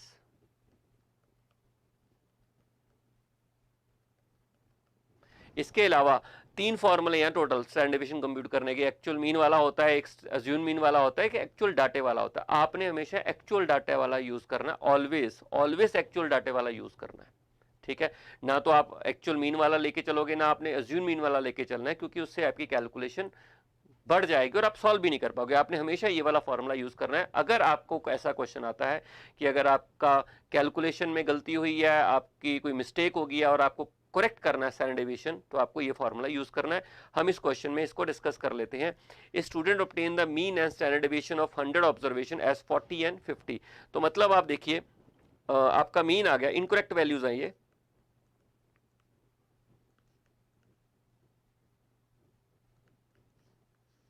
ये आपकी इनकरेक्ट वैल्यूज आ गई हैं। इनकरेक्ट वैल्यूज में आपके पास मीन आ गया इनकरेक्ट, जो कि 40 है, और ये आपका स्टैंडर्ड डेविएशन आ गया 51 है। ये दोनों इनकरेक्ट है। It was later discovered that he had wrongly copied down an observation 50 instead of 40। तो ये कहते हैं एक वैल्यू को गलत कर लिया उसने, 50 को 40 कर लिया। तो करेक्ट वैल्यूज निकालनी पड़ेंगी।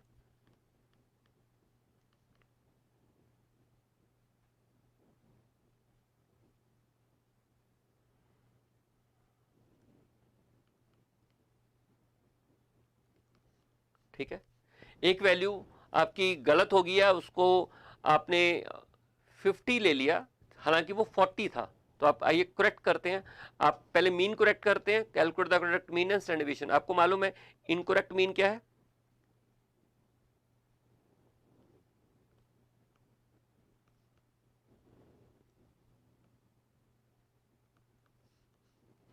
इनकरेक्ट मीन आपका आया है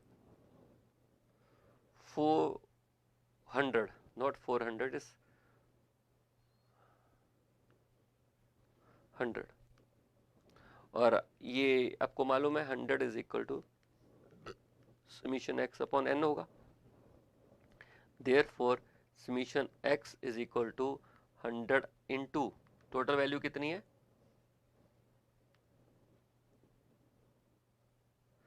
सॉरी, ये जो मैं लिख रहा हूं ना, ये गलत लिख रहा हूं। यहां पर 40 आएगा, ठीक है, तो ये 40 आएगा, यहाँ पे 40 आएगा इंटू एन आपका 100 है, तो समीशन एक्स हो जाएगा आपका 4000। ठीक है, करेक्ट वैल्यू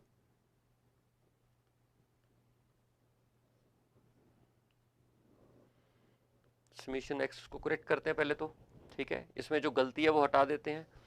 4000 में से जो मिस्टेक है वो 50 ले रखी है ना आपने, कहता है कि ऑब्जर्वेशन 50 को ले लिया इंस्टेड ऑफ 40, लेना था 40, तो 50 माइनस कर देते हैं और 40 ऐड कर देते हैं। तो आइए देखते हैं क्या बना। 4000 माइनस 50 प्लस 40, 3990, ये आपका आ गया करेक्ट। मीन आ जाएगी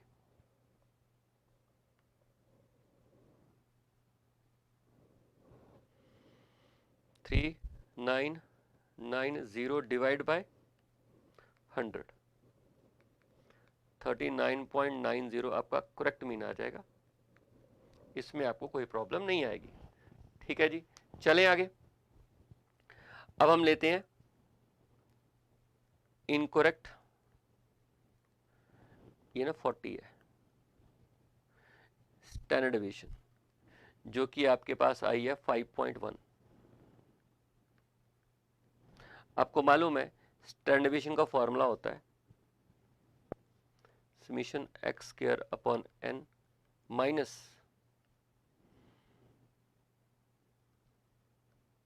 ये। ठीक है, तो हम निकालते हैं पहले incorrect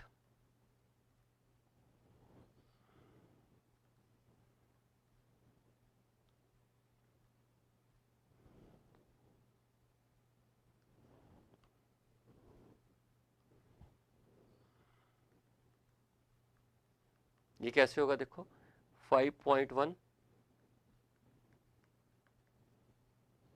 summation x square upon 100 minus mean था 40 का होल स्क्वायर। अब आप देखो, यहां से ना आपका ये आ जाएगा, जो भी आएगा समीशन एक्स स्क्वायर आ जाएगा। देखिए कितना आएगा, मैं बता देता हूँ कितना आएगा सॉल्व करके। ये आएगा आपका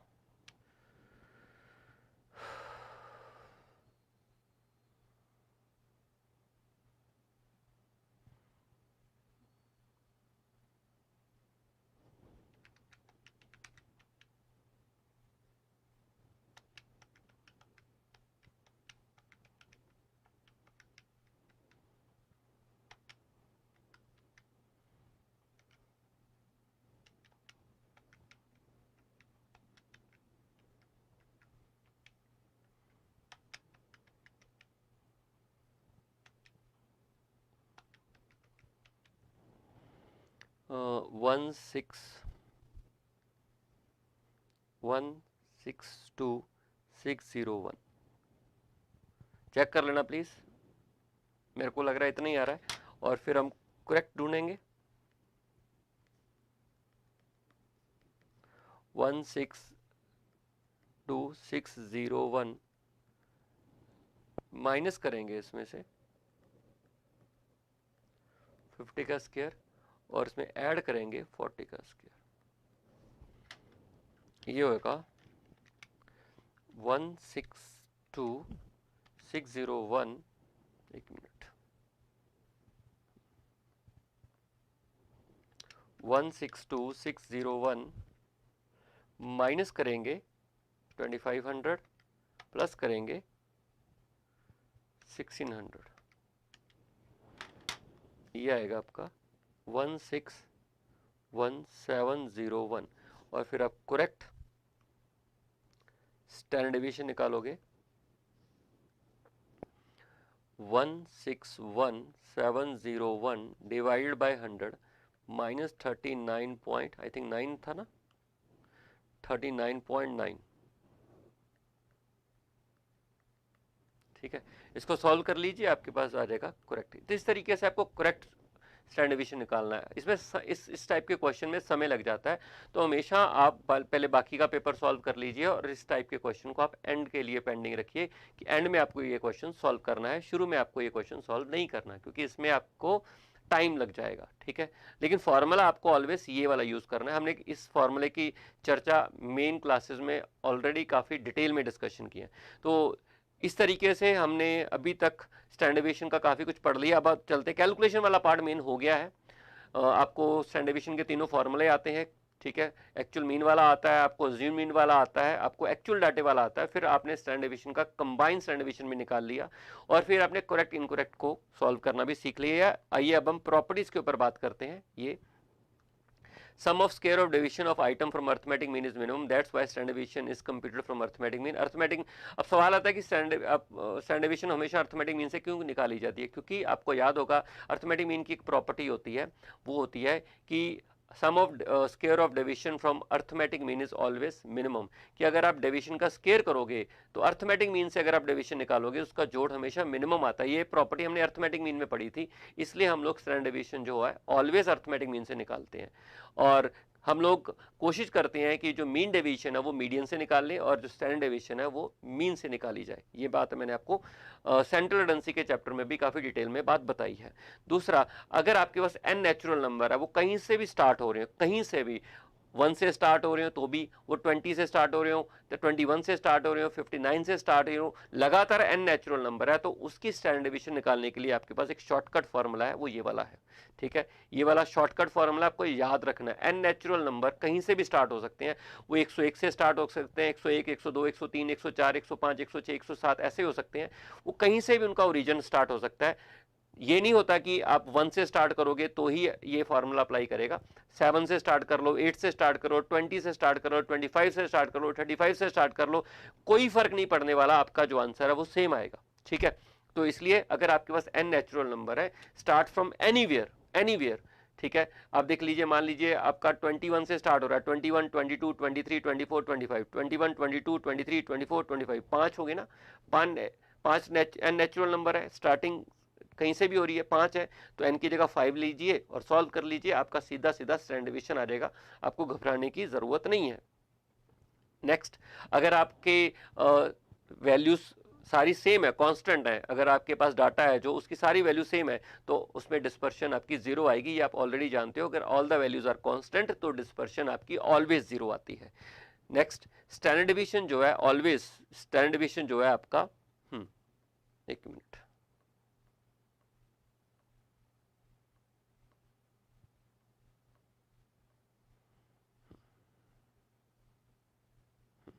स्टैंडर्ड डेविएशन जो है वो ओरिजिन से प्रभावित नहीं होता, जैसे कि बाकी मेथड ऑफ डिस्पर्शन है।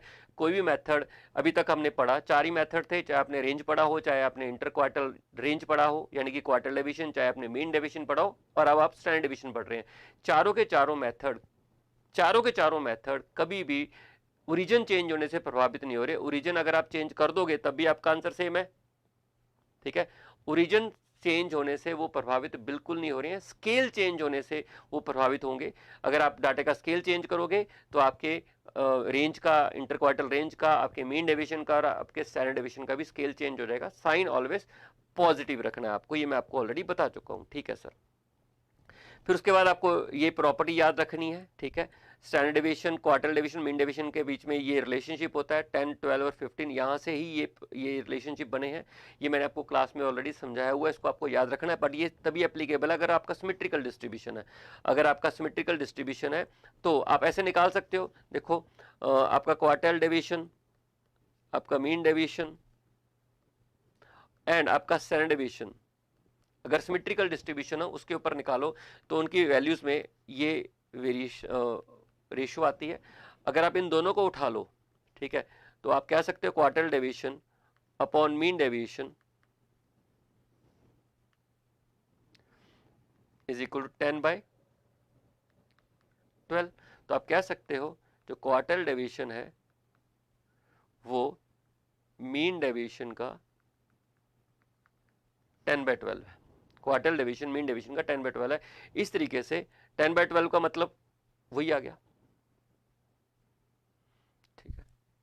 तो इस तरीके से आप कोई भी एक वैल्यू बताओ, आप दूसरी वैल्यू निकाल सकते हो, लेकिन बात याद रहे आपको सिमेट्रिकल डिस्ट्रीब्यूशन में ही ये फॉर्मूला एप्लीकेबल होगा। अगर कोई और डिस्ट्रीब्यूशन है तो वहां पे ये फॉर्मूला एप्लीकेबल नहीं होगा, ठीक है। उसके बाद स्टैंडर्ड डेविएशन जब आप 2 नंबर की निकालोगे ऑलवेज वो रेंज का हाफ होता है। अगर 2 नंबर है, 2 नंबर का अगर आप स्टैंडर्ड डेविएशन निकालना चाहते हो तो आप एक काम कीजिए, उसका रेंज ले लीजिए, उसको 2 से डिवाइड कर लीजिए तो आपके पास स्टैंडर्ड डेविएशन आ जाएगा। तो this is all about calculation. इसके अलावा कुछ क्वेश्चंस मैं अभी आपको कराता हूँ। मैं आपको रिपीट कर देता हूँ। स्टैंडर्ड डेविएशन के शुरू के 3 फॉर्मूले थे। आप स्टैंडर्ड डेविएशन को सीधा डायरेक्टली मीन से सॉल्व कर सकते हो, आप अज्यूम मीन से भी सॉल्व कर सकते हो, और आप एक्चुअल डाटे से भी उसको आप सॉल्व कर सकते हो, आपका आंसर सेम आएगा। फिर आपका standard deviation combined standard deviation में भी एप्लीकेबल होता है, उसका फॉर्मूला मैंने आपको समझा दिया। करेक्ट इनकरेक्ट में भी स्टैंडर्ड डेविएशन का इस्तेमाल होता है। अगर स्टैंडर्ड डेविएशन आपने गलती से गलत कैलकुलेट कर लिया, आप उसको करेक्ट भी कर सकते हो। अगर आपके पास n नेचुरल नंबर है और वहां पे आपको स्टैंडर्ड डेविएशन निकालना है तो आपके पास शॉर्टकट है। और अगर आपके पास 2 नंबर है और दोनों नंबर का आपको स्टैंडर्ड डेविएशन निकालना है तो एक काम कीजिए, दोनों की रेंज लीजिए और रेंज को 2 से डिवाइड कर लीजिए, आपके पास स्टैंडर्ड डेविएशन आ जाएगा, ठीक है। ये मैंने आपको बता दिया है, प्रॉपर्टीज मैंने आपके साथ डिस्कस कर लिया है। मैंने आपको क्वार्टल डेविएशन, मेन डेविएशन और स्टैंडर्ड डेविएशन के बीच के रिलेशनशिप को भी एक्सप्लेन कर दिया है। अगर आपको सिमेट्रिकल डिस्ट्रीब्यूशन में ये पॉसिबल है, अगर आपको एक वैल्यू पता हो तो आप दूसरी 2 वैल्यूज निकाल सकते हो। ओके सर, आइए कुछ एग्जांपल्स हैं। 2 वेरिएबल्स हैं x एंड y है, और ये दिया हुआ है 2x plus 3y is equal to 10 है।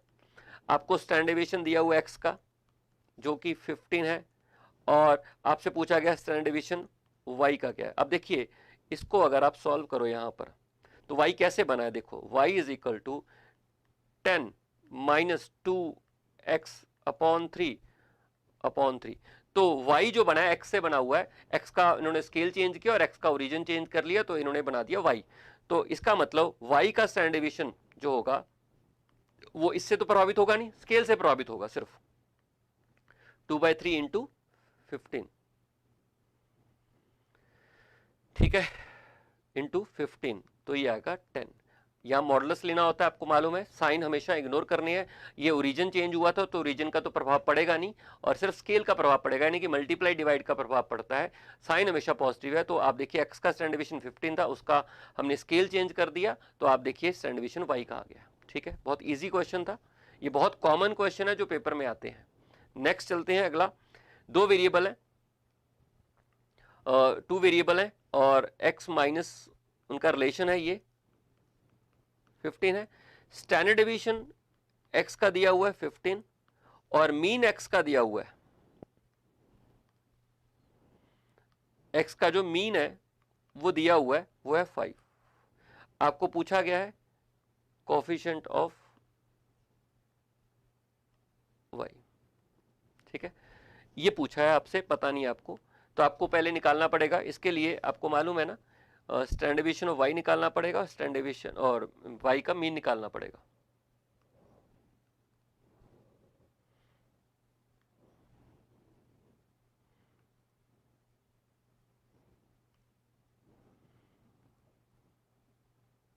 y का मीन निकालना पड़ेगा। अब आप देखिए स्टैंडर्ड डेविएशन y कैसे निकलेगा। आपको मालूम है जो y आया है वो स्केल चेंज करके आया है, एक मिनट ऐसे लिख देते हैं, रुक जाइए। जो y आया हुआ है वो x से ही बना हुआ है, y is equal to 15 x minus 15 divide by 2 divide by 2, ठीक है, ये y है, x से ही बना हुआ है, x का ओरिजिन चेंज किया और x का स्केल चेंज किया, तो आप देखिए आपके पास y आ गया। तो अगर मैं यहाँ से स्टैंडर्ड डेविएशन y का निकालूं तो आपको मालूम है ओरिजिन का तो फर्क पड़ेगा नहीं, सिर्फ स्केल का फर्क पड़ेगा, तो इट्स 15 डिवाइड बाई 2, ठीक है। और अगर मैं यहाँ से मीन निकालूं y का, तो आपको मालूम है मीन के ऊपर तो ओरिजिन का भी असर पड़ता है और स्केल का असर भी पड़ता है, तो मीन निकालने के लिए मीन था आपका 5 divide by 2 minus 15 divide by 2, ये आपके पास माइनस 10 डिवाइड बाई 2 यानी कि 5 आ गया। साइन इग्नोर कर दीजिए क्योंकि डिस्पर्शन में साइन का कोई रेलेवेंस नहीं होता। अब कोफिशिएंट ऑफ y निकालो,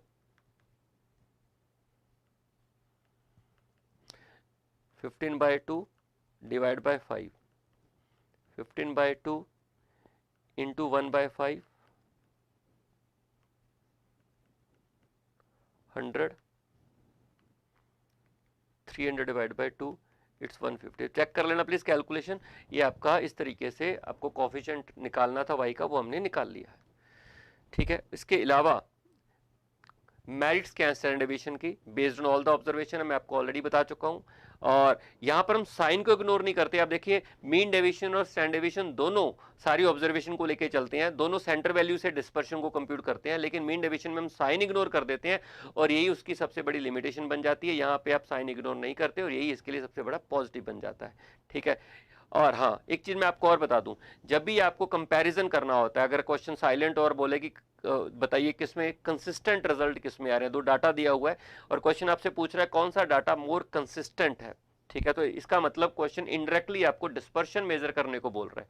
मैं दोबारा रिपीट कर रहा हूं, मान लीजिए आपको एक क्वेश्चन ऐसा मिलता है जिसमें आपको दो तरीके का डाटा दिया हुआ और क्वेश्चन आपको बोलता है कि इसमें बताइए कौन सा डाटा मोर कंसिस्टेंट है, तो क्वेश्चन आपको इनडायरेक्टली ये बोल रहा है कि आप डिस्पर्शन चेक कीजिए।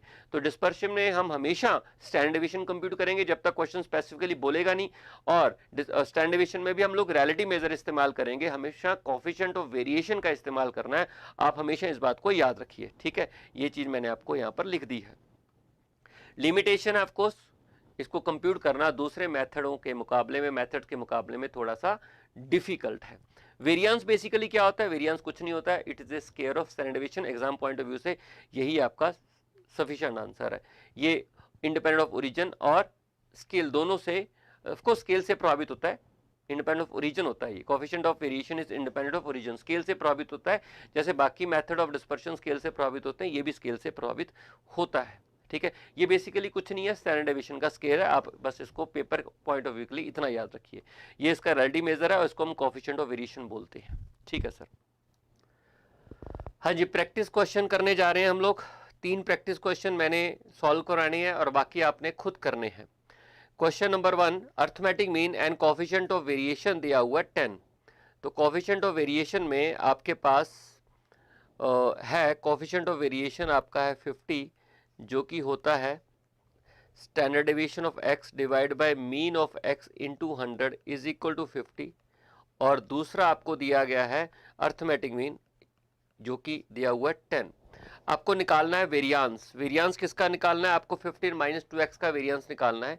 अब देखिए 15 माइनस 2x का सीधा सीधा तो आप वेरिएंस निकाल नहीं पाओगे, आपको 15 माइनस 2x का स्टैंडर्ड डेविएशन पहले निकालना पड़ेगा, फिर हम उसका स्क्वायर कर देंगे, फिर अगर हम उसका स्क्वायर करेंगे तो आपके पास वेरिएंस आ जाएगा।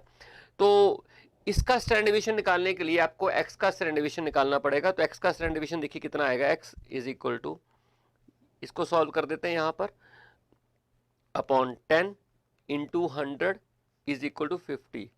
आपको मालूम है ये एक जीरो यहाँ से कट जाएगा और ये आपका आ जाएगा स्टैंडर्ड डेविएशन x का 5, और फिर आपको निकालना है स्टैंडर्ड डेविएशन 15 माइनस 2x का, जो कि आएगा modulus 2 into 5 is equal to 10।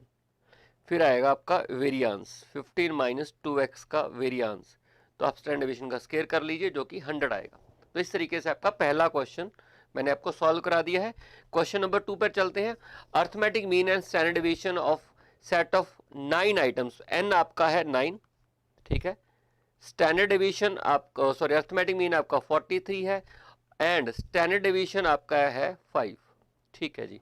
If N item of value 63, कहते एक वैल्यू है 63 is added to the set, 63 value कर दी गई, यानी कि न्यू n आपका हो गया, ऐड कर दिया, तो 9 में एक वैल्यू ऐड करोगे तो 10 हो जाएगा। फाइंड द मीन, तो आपको न्यू मीन पूछा गया है, ठीक है, और आपको न्यू स्टैंडर्ड डेविएशन पूछा गया है ऑफ ऑल द 10 आइटम्स। तो आइए सॉल्व कर लेते हैं। न्यू मीन तो बहुत इजी निकल जाएगा। न्यू मीन आपको मालूम है ये अपॉन n आएगा, n तो आपको मालूम है 10 है, और ये नया जो समीशन x निकालना है तो उसमें पुराना आप x निकाल लीजिए, उसमें आप ऐड कर दीजिए। पुराना समीशन x आएगा 9 इंटू 43, और फिर आप इसमें ऐड कर दीजिए 63, तो आपको पास नया 9 इंटू 43 करके आपके पास पुराना समीशन x आ जाएगा, और फिर आप उसमें 63 ऐड करोगे तो आपके पास नया समीशन x आएगा। उसको आप 10 से डिवाइड कर लीजिए, चेक करिए कितना आएगा ये आपका 9 इंटू 43 प्लस 63, 450 आ गया। 450 को 10 से डिवाइड करोगे तो 45 आ जाएगा। तो आपका नया मीन 45 आ गया, और आपको न्यू स्टैंडर्ड डेविएशन भी निकालना है। आपको याद है न्यू स्टैंडर्ड डेविएशन मैंने आपको पहले ही बोला था, करेक्ट इनकरेक्ट के लिए और इसके लिए भी आपको फॉर्मूला जो यूज करना पड़ेगा वो यूज करना पड़ेगा, summation x square upon n minus ये, ठीक है। अब आपको ये वाला करेक्ट सही करना है, ठीक है। तो करेक्ट, न्यू, करेक्ट की जगह आप न्यू शब्द यूज कर लीजिए। न्यू समीशन x स्क्वायर कैसे आएगा, तो आप देखिए पुराना आपका 25, मैं सॉल्व सीधा कर रहा हूं, ये आपका 25 है, इसका स्क्वायर करोगे और माइनस 45 जो आपका है 43, सॉरी 43 का स्क्वायर ऐड हो जाएगा, और फिर आप इसमें 9 मल्टीप्लाई कर दीजिए, और इसमें आप ऐड कर दीजिए 63 का स्क्वायर, ये आपका नया आ जाएगा। आप चेक कर लेना प्लीज। 43 इंटू 43 प्लस 25 इंटू 9, ये मेमोरी में चला गया। 63 इंटू 63 ये आपके पास आ गया, चेक कर लेना, कैलकुलेशन 20835 आपका आ गया, ठीक है। तो बस आप न्यू निकालने के लिए आपको मालूम है 20835 डिवाइडेड बाय 10 माइनस आपका नया अर्थमेटिक मीन, उसका स्क्वायर, सॉल्व कर दीजिए, आपके पास नया 10 आइटम्स का स्टैंडर्ड डेविएशन आ जाएगा, ठीक है। ये आपका सेकंड क्वेश्चन था। और थर्ड क्वेश्चन पर आइए। For a set of 100 observation, ठीक है जी, n आपका 100 है, n आपका 100 है, okay. Taking assume mean as 4, okay, assume mean आपका 4 है, बिल्कुल सही। Sum of deviation is -11, sum of deviation is -11, मतलब आप ये कह सकते हो summation dx is equal to -11, okay. Sir आपको कैसे मालूम समीशन dx, आपको मालूम है अज्यूम मीन लिया होगा ये, ठीक है, मीन से डेविएशन नहीं निकाली हुई, अज्यूम मीन से निकाली हुई है, क्योंकि अगर मीन से डेविएशन निकालते तो 0 आता, और सम ऑफ डेविएशन 0 नहीं है, -11 है, यानी कि डेविएशन इन्होंने किसी और नंबर से निकाली गई है, यानी कि अज्यूम मीन से निकाली है, जो कि 4 है, ठीक है। तो 4 से डेविएशन निकाली, उसका जोड़ किया तो समीशन dx ही आएगा, जो कि -11 है। ठीक है सर, आपको निकालना क्या है? अच्छा, एक चीज और दे दी, the sum of square of these deviation, यानी कि समीशन डी एक्स स्क्वायर दिया हुआ है 257। ठीक है, आपको कोफिशिएंट ऑफ वेरिएशन निकालना है। कोफिशिएंट ऑफ वेरिएशन निकालने के लिए आपको स्टैंडर्ड डेविएशन चाहिए और आपको मीन चाहिए इनटू 100। ठीक है, इसमें कोई प्रॉब्लम नहीं है। तो पहले हम स्टैंडर्ड डेविएशन निकाल लेते हैं। कौन सा फॉर्मूला लगेगा यहाँ पर स्टैंडर्ड डेविएशन का? आपको मालूम है डेविएशन फ्रॉम अज्यूम मीन है, तो summation d x square upon n minus summation d x upon n का स्क्वायर, ये दिया हुआ है और इसको सॉल्व कर लेते हैं। ये आपका 257 है अपॉन 100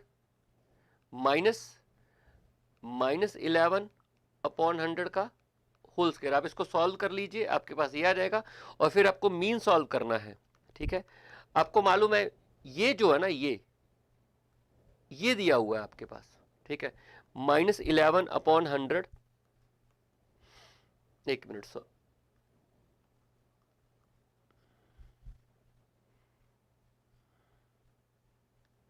ये जो ऊपर वाला है ना, ये दिया हुआ है